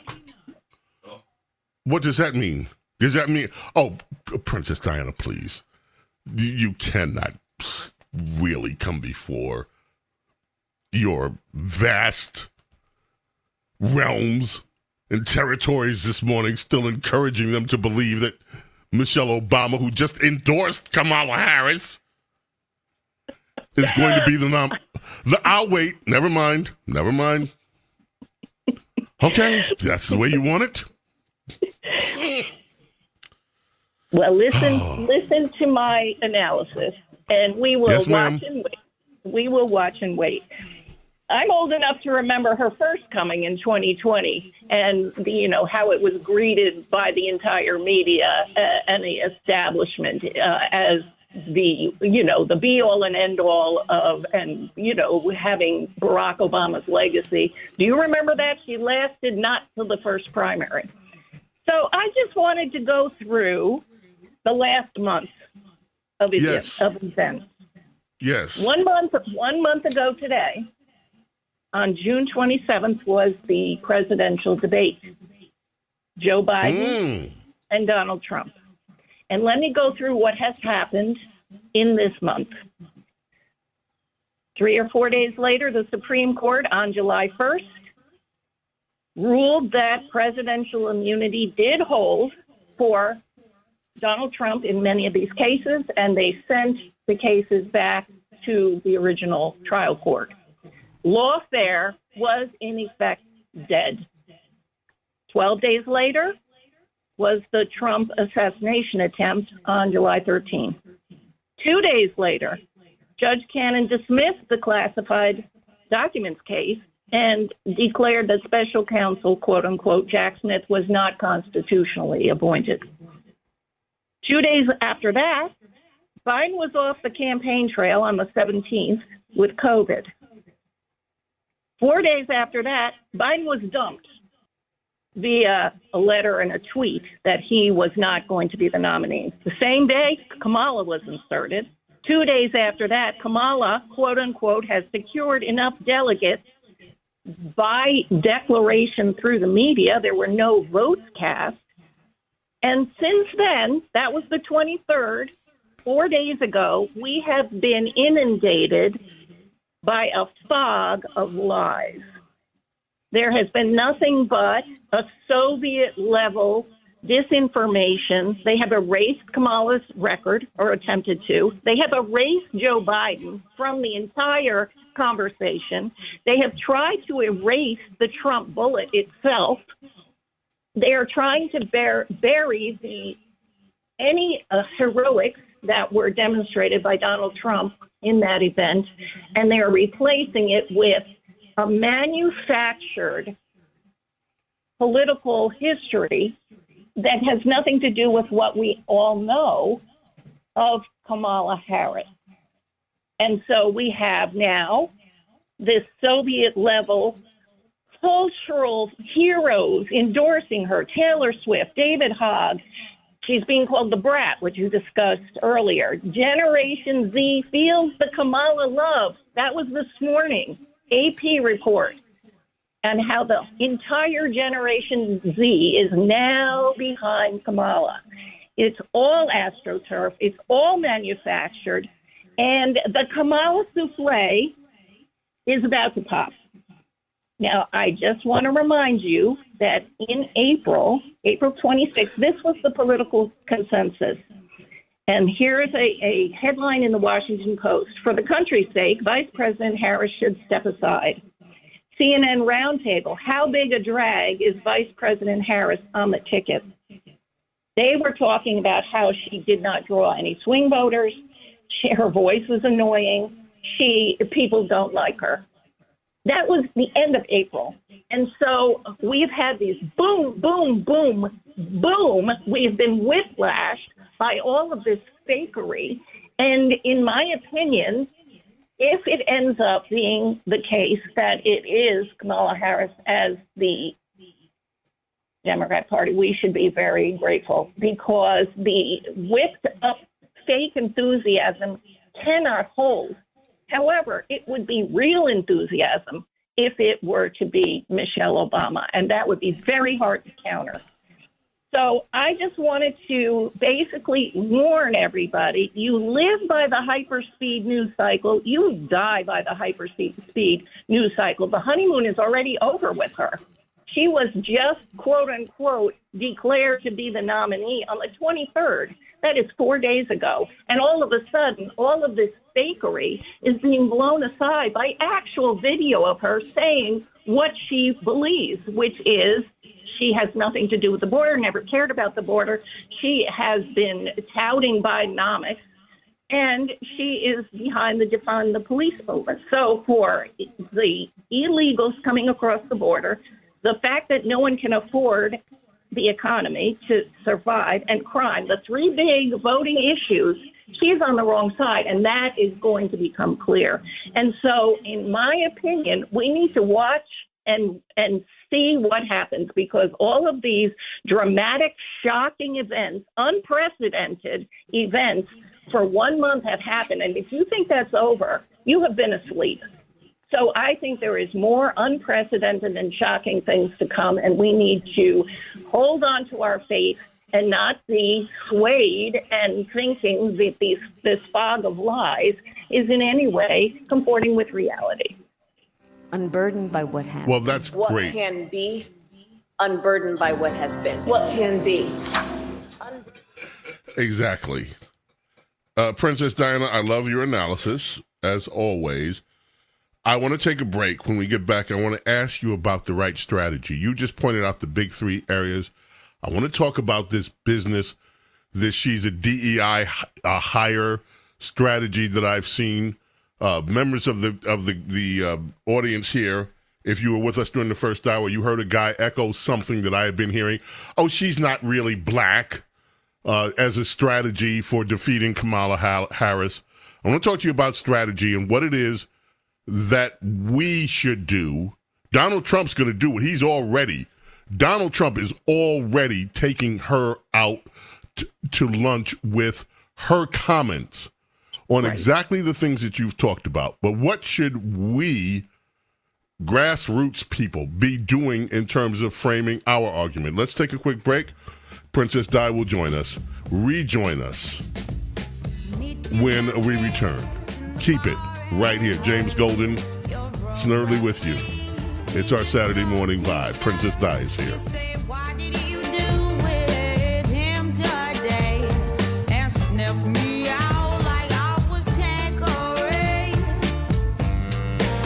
The James Golden Show.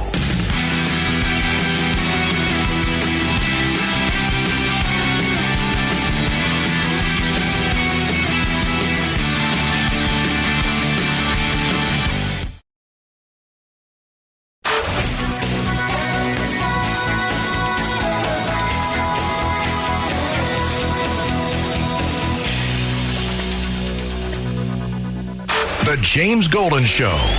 It's politics, but theater of the mind with James Golden, a.k.a. Bo Snerdley.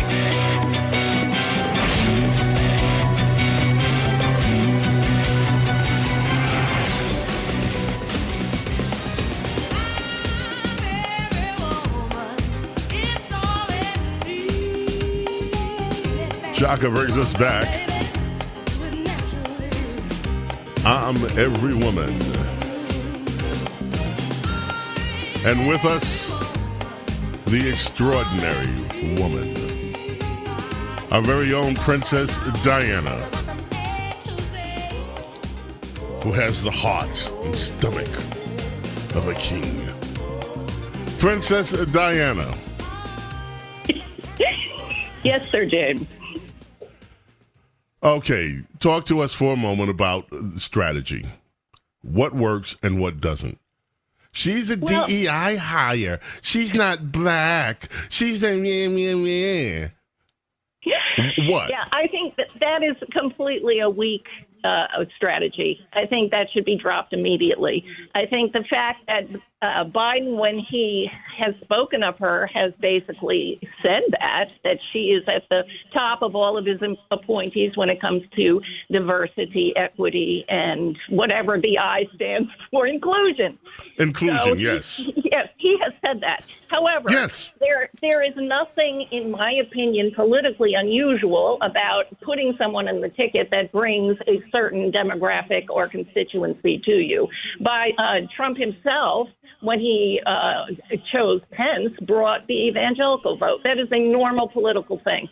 So the fact that she brings in, or that was the choice, that was the point, is not a political argument now in 2024. What is a political argument now in 2024 is what she was appointed to do by Biden. And the fact that they had spent all of the last few days trying to erase the fact that she was appointed border czar, and those were the terms used when in the original reporting, and the fact that they have spent so much energy on the left trying to deny that that happened tells me, and it should tell everybody, that is her greatest vulnerability. That is the number one voting issue this election cycle, and she is responsible for all of the problems that have come with illegal immigrations, our cities being overrun. She has put illegals first and Americans last, and there is a ready anger on that one in cities and in states and in rural areas that taxpayer dollars are supporting people who do not have a legal right to be here. So call her, if you can't call her the border czar, okay, she's the border queen. The border is the first and most important strategy to take her on, because it's true, she can't run for the record from her record as much as she wants to. The second thing is she has touted the Biden economy. And so the Biden economy, which is the thing that makes everybody angry every time they go grocery shopping or fill up their tank, that needs to be put on her record, because that's what it is. And using those, her own words, those videos where she went out and gave speeches talking about how great Bidenomics was, that should be on our social media everywhere. Her own voice. And crime, the defund the police message that she has put out is already going everywhere because people have found those. They've tried to erase them. But the best important thing to do is to keep playing her own words, because it is true, she is unlikable and her voice is annoying. So the more that we can put her voice and her video out there, people just react in a negative way to she herself saying what she thinks. And so the strategy are those three issues, and then the gambit is to show her saying those things. Okay, now, at the end of the day right now, you I know, follow the polls the same way. We all follow the polls, the stories of the polls. Right now, what people would have you believe is that the race is neck and neck. And you're looking at key states like Pennsylvania, Michigan, where there's Wisconsin, where there's a 1-point difference. There has never been a poll, by the way, that is outside of the margin of error that shows Democrats performing above expectations. They are, if you look at all of the polls, even the ones that are showing favorable movement for the Democrats still have the poll results within the margin of error. The Democrats are coming up to their big convention in 3 weeks, which will be so much fun. Do you expect that they will come out of that convention with a bump as we move into what is traditionally 2 weeks later, the beginning of the political season in earnest, when we're closing in within 2.5 months of Election Day? Well, barring any other shocks and surprises, I think that the fundamentals remain the same, as they say in politics. There's going to be, right now, there's a little, as Carville put it, a giddiness on the Democrat side that they dumped this, terrible candidate that they had, which is the president of the United States, Joe Biden. And so that's what this, some Democrats coming home, but ultimately they are way behind in the battleground states. Princess Di, as always, thank you. So appreciate you, and I cannot wait as we inch toward the convention. Thank you, sir. James Golden, Bo Snerdley with you here. Coming back, more of your telephone calls at 800-848-9222.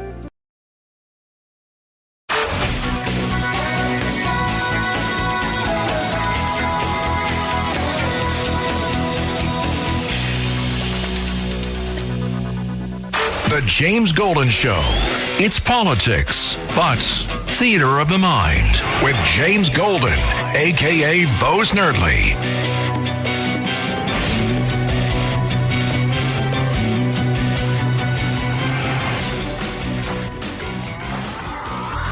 This is that ice cold Michelle fight for that white gold.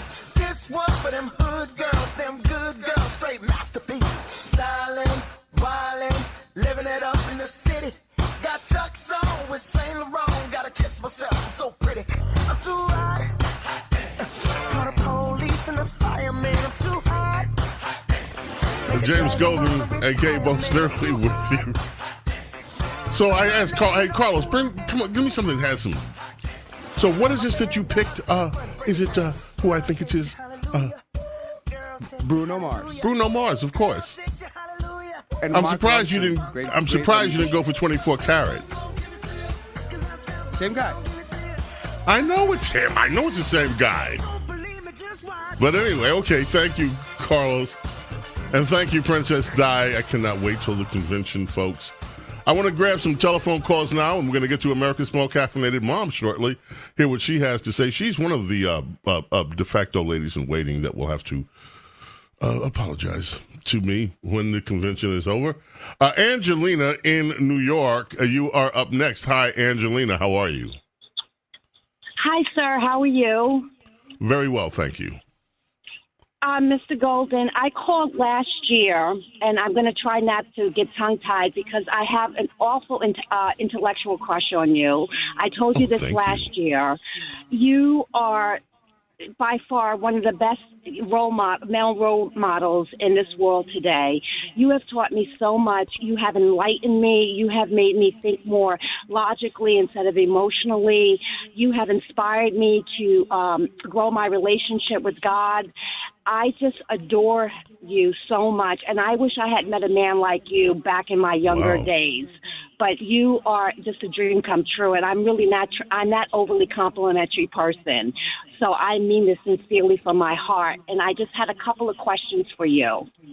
Well, number one, thank you. That is, you leave me almost speechless, and that's really hard to do. Thank you so very, very much for those very kind words. I hope I can live up to them and be worthy of them, Angelina. So, what do you think now of the events of the day? Well, I wanted to comment on, I'm so glad that you stuck up when that gentleman was talking about Miss Harris's race. As a biracial woman, it has always disturbed me how we have to be categorized, or we're not black enough, or we're not white enough, and we're not this. And it scarred me for many years from my own race. I'm half black and half Italian.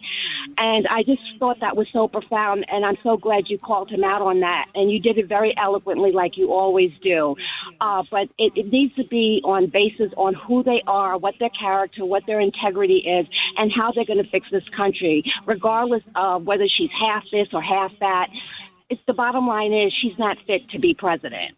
And that's what it comes down to. So I wanted to say thank you for calling that gentleman out. Thank you. And let me just reiterate the point that I make, or I should make more often. There is no race besides we are all of one race. We are all of the human race. Now, all these other man-made distinctions that we put on ourselves, you know, some of this stuff has such ugly seeds in history. If you go back to the Nuremberg laws and how they were tried to use, if you go back to the origins of Planned Parenthood and Margaret Sanger wanting to get and ultimately have genocide against black people because she thought they were inferior race. I was reading back through history looking at some of Benito Mussolini's, wow, and you talk about a character in history, some of his beliefs about race that preceded the Italian invasion of Ethiopia and some of the other. It is astounding what people do on this idea that they are better or a race of people is better. And human beings have this amazing ability, even in a homogeneous society. They will make distinctions among themselves to prove somebody is superior to someone else.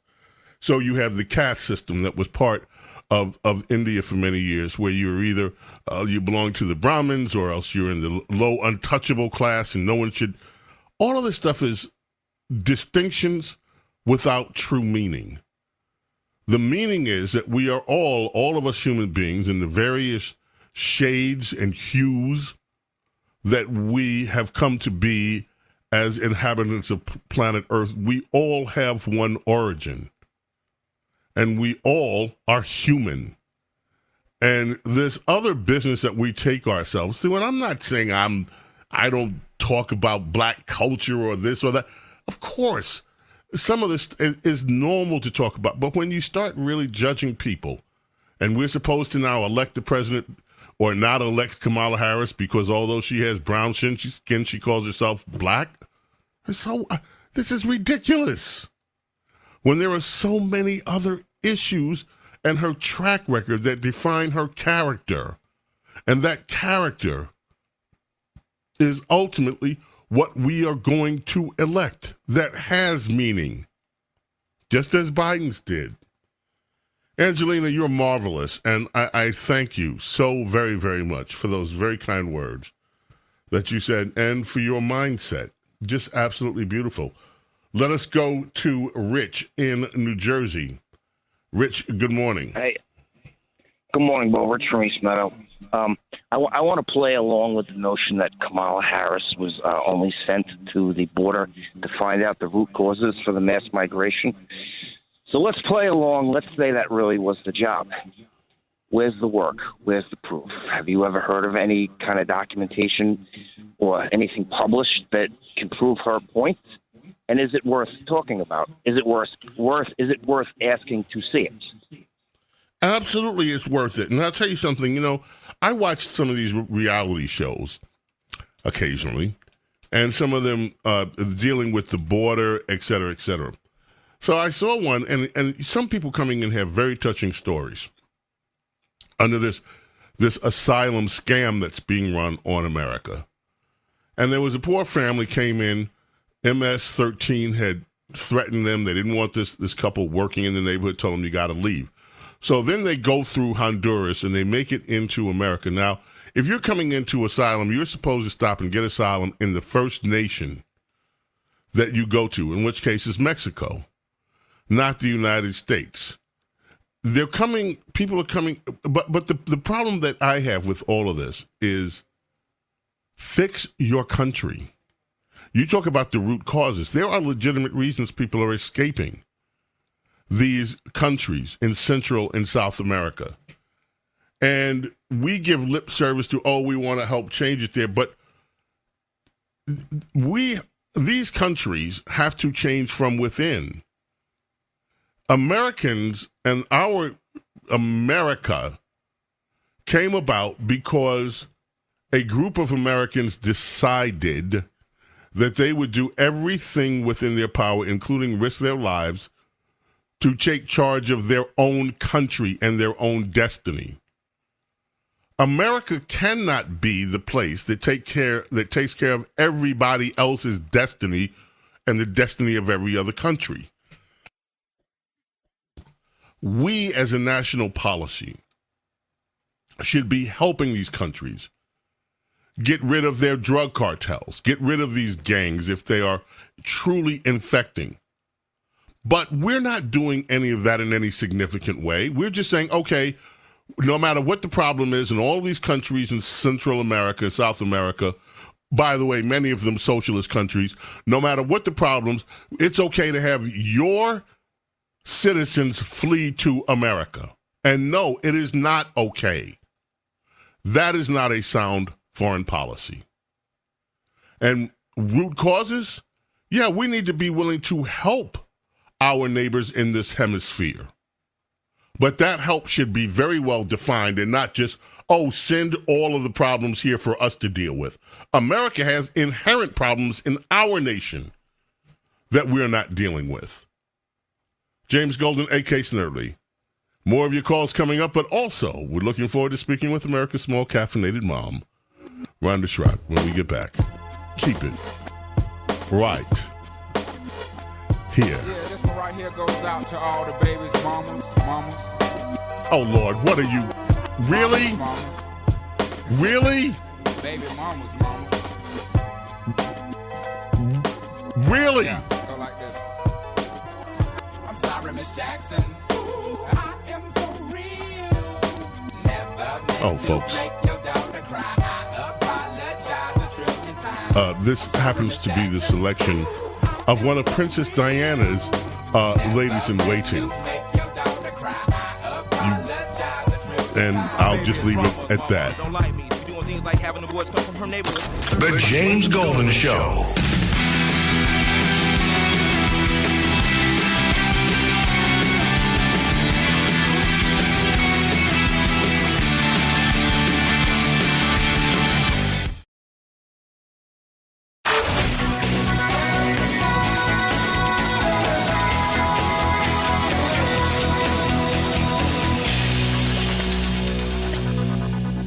The James Golden Show. It's politics, but theater of the mind with James Golden, a.k.a. Bo Snerdley.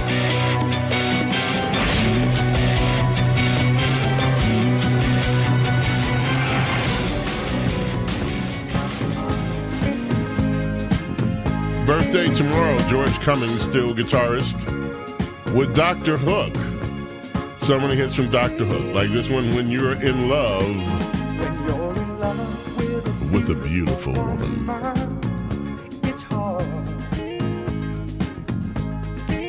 Well, it's easy for some people. They make lots of babies. Speaking of which, a beautiful woman with 4 children, a great husband, and a great taste for coffee is with us, America's small caffeinated mom, Rhonda Schrock. How are you, Rhonda? Oh, I do love that, James. That makes me laugh.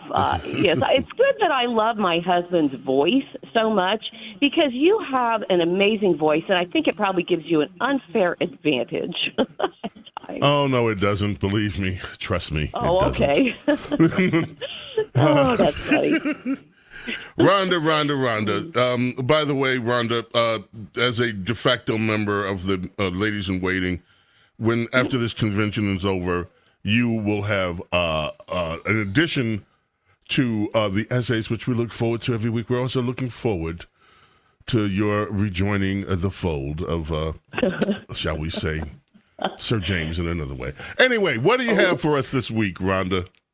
Well, this week I have just an incredible story for you. I made a great friend years ago when we had 2 little boys playing Little League, her son and my son. And we just became incredibly good friends. And one day we had taken our little boys out for hot pretzels. And she sat down with her tray and she said this. She said, I have an exciting story to tell. This morning she called me. I've been waiting for that phone call.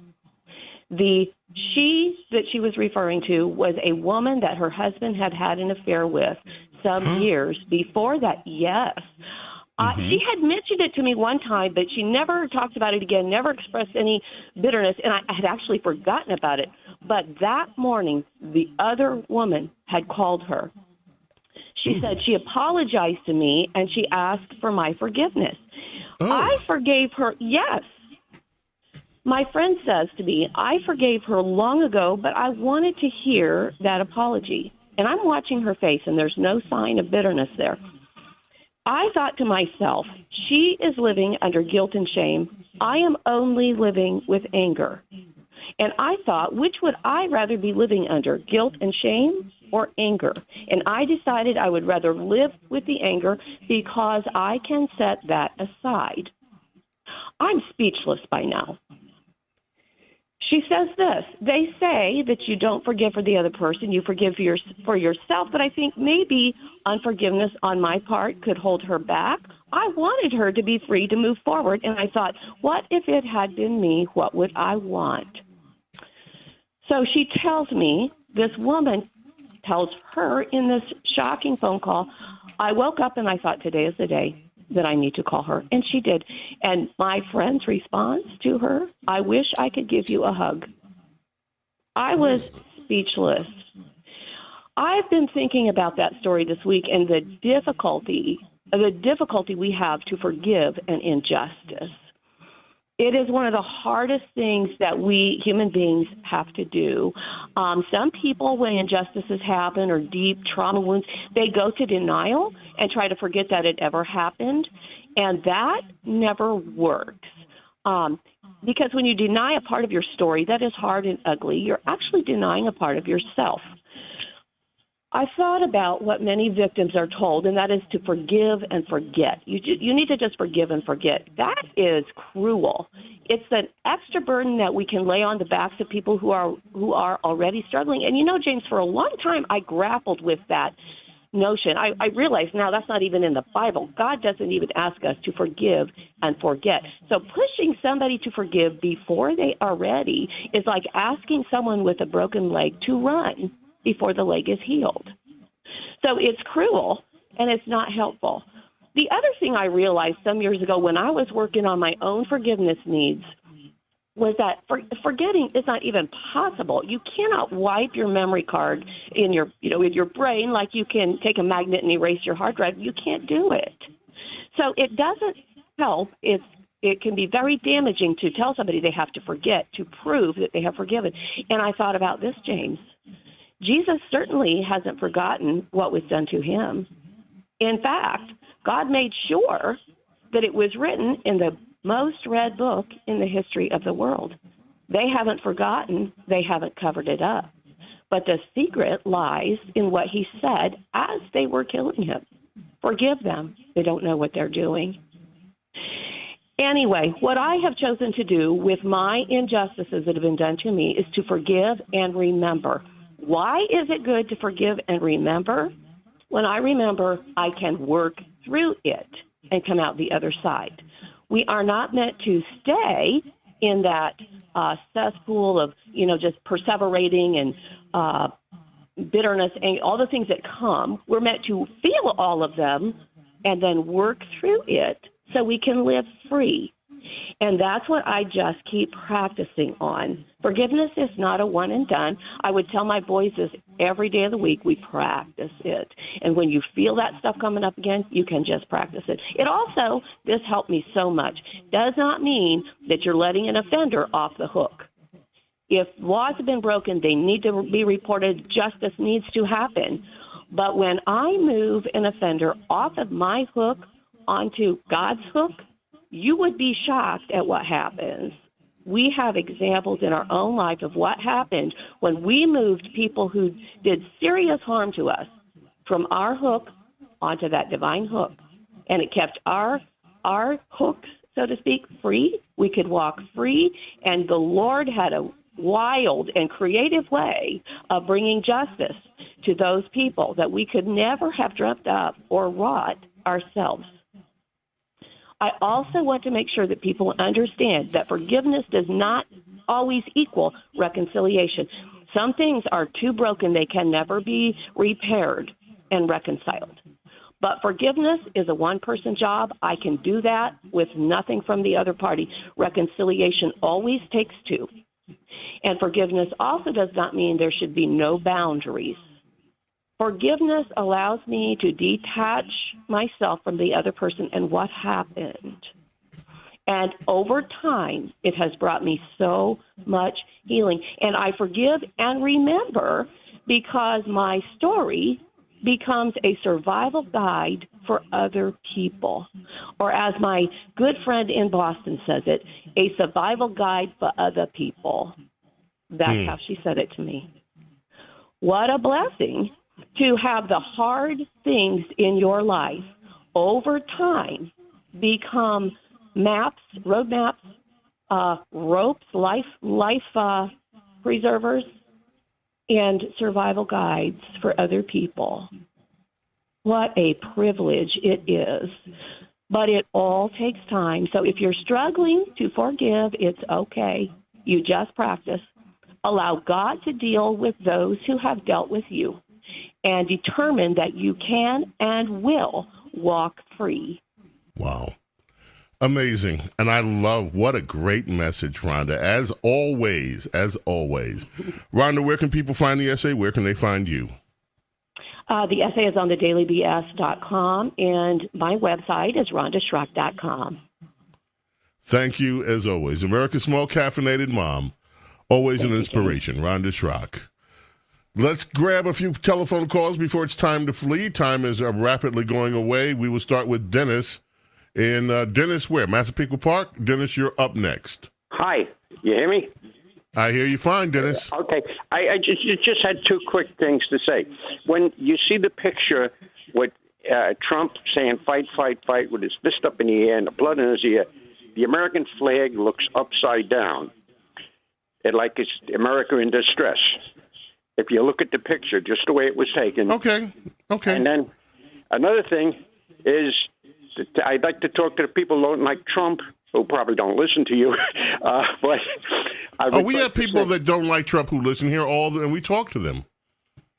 That's not a requirement of listening here or being part of the program. Oops, I just lost it. Mm-hmm. You'd like to say what? What is it that you'd like to say? I'd like to say that a lot of people didn't like General Patton, but if General Eisenhower had given him the gas instead of Montgomery the gas, the war would have been over 6 months sooner. So you should vote with the intelligent side of your mind, not the emotional. Well, that decision, that decision by Eisenhower to allow Monty to go. You know, Monty had a huge ego, as did General Patton, was in part of the politics that Eisenhower had to play to keep the Allies unified. Worthy of a much larger discussion, which we don't have time for at the moment because time is fleeting. Very quickly, Rick in New Jersey, you got just a few seconds. Make your point. Tell Trump Kamala Harris' new nickname is Joe 2.0. She will attack our fossil fuels. She'll leave the border open, and she'll defund the police. Wow, you nailed it very quickly. And that brings us to the conclusion of our presentation today, our Saturday Vibe. Until next week, my friends, may God bless and protect each and every single one of you, your families, your loved ones. Love and gratitude for your being here with me and allowing me to be with you. God willing, we will see you, same time, same station, next week. Until then, I bid you adieu. Bye.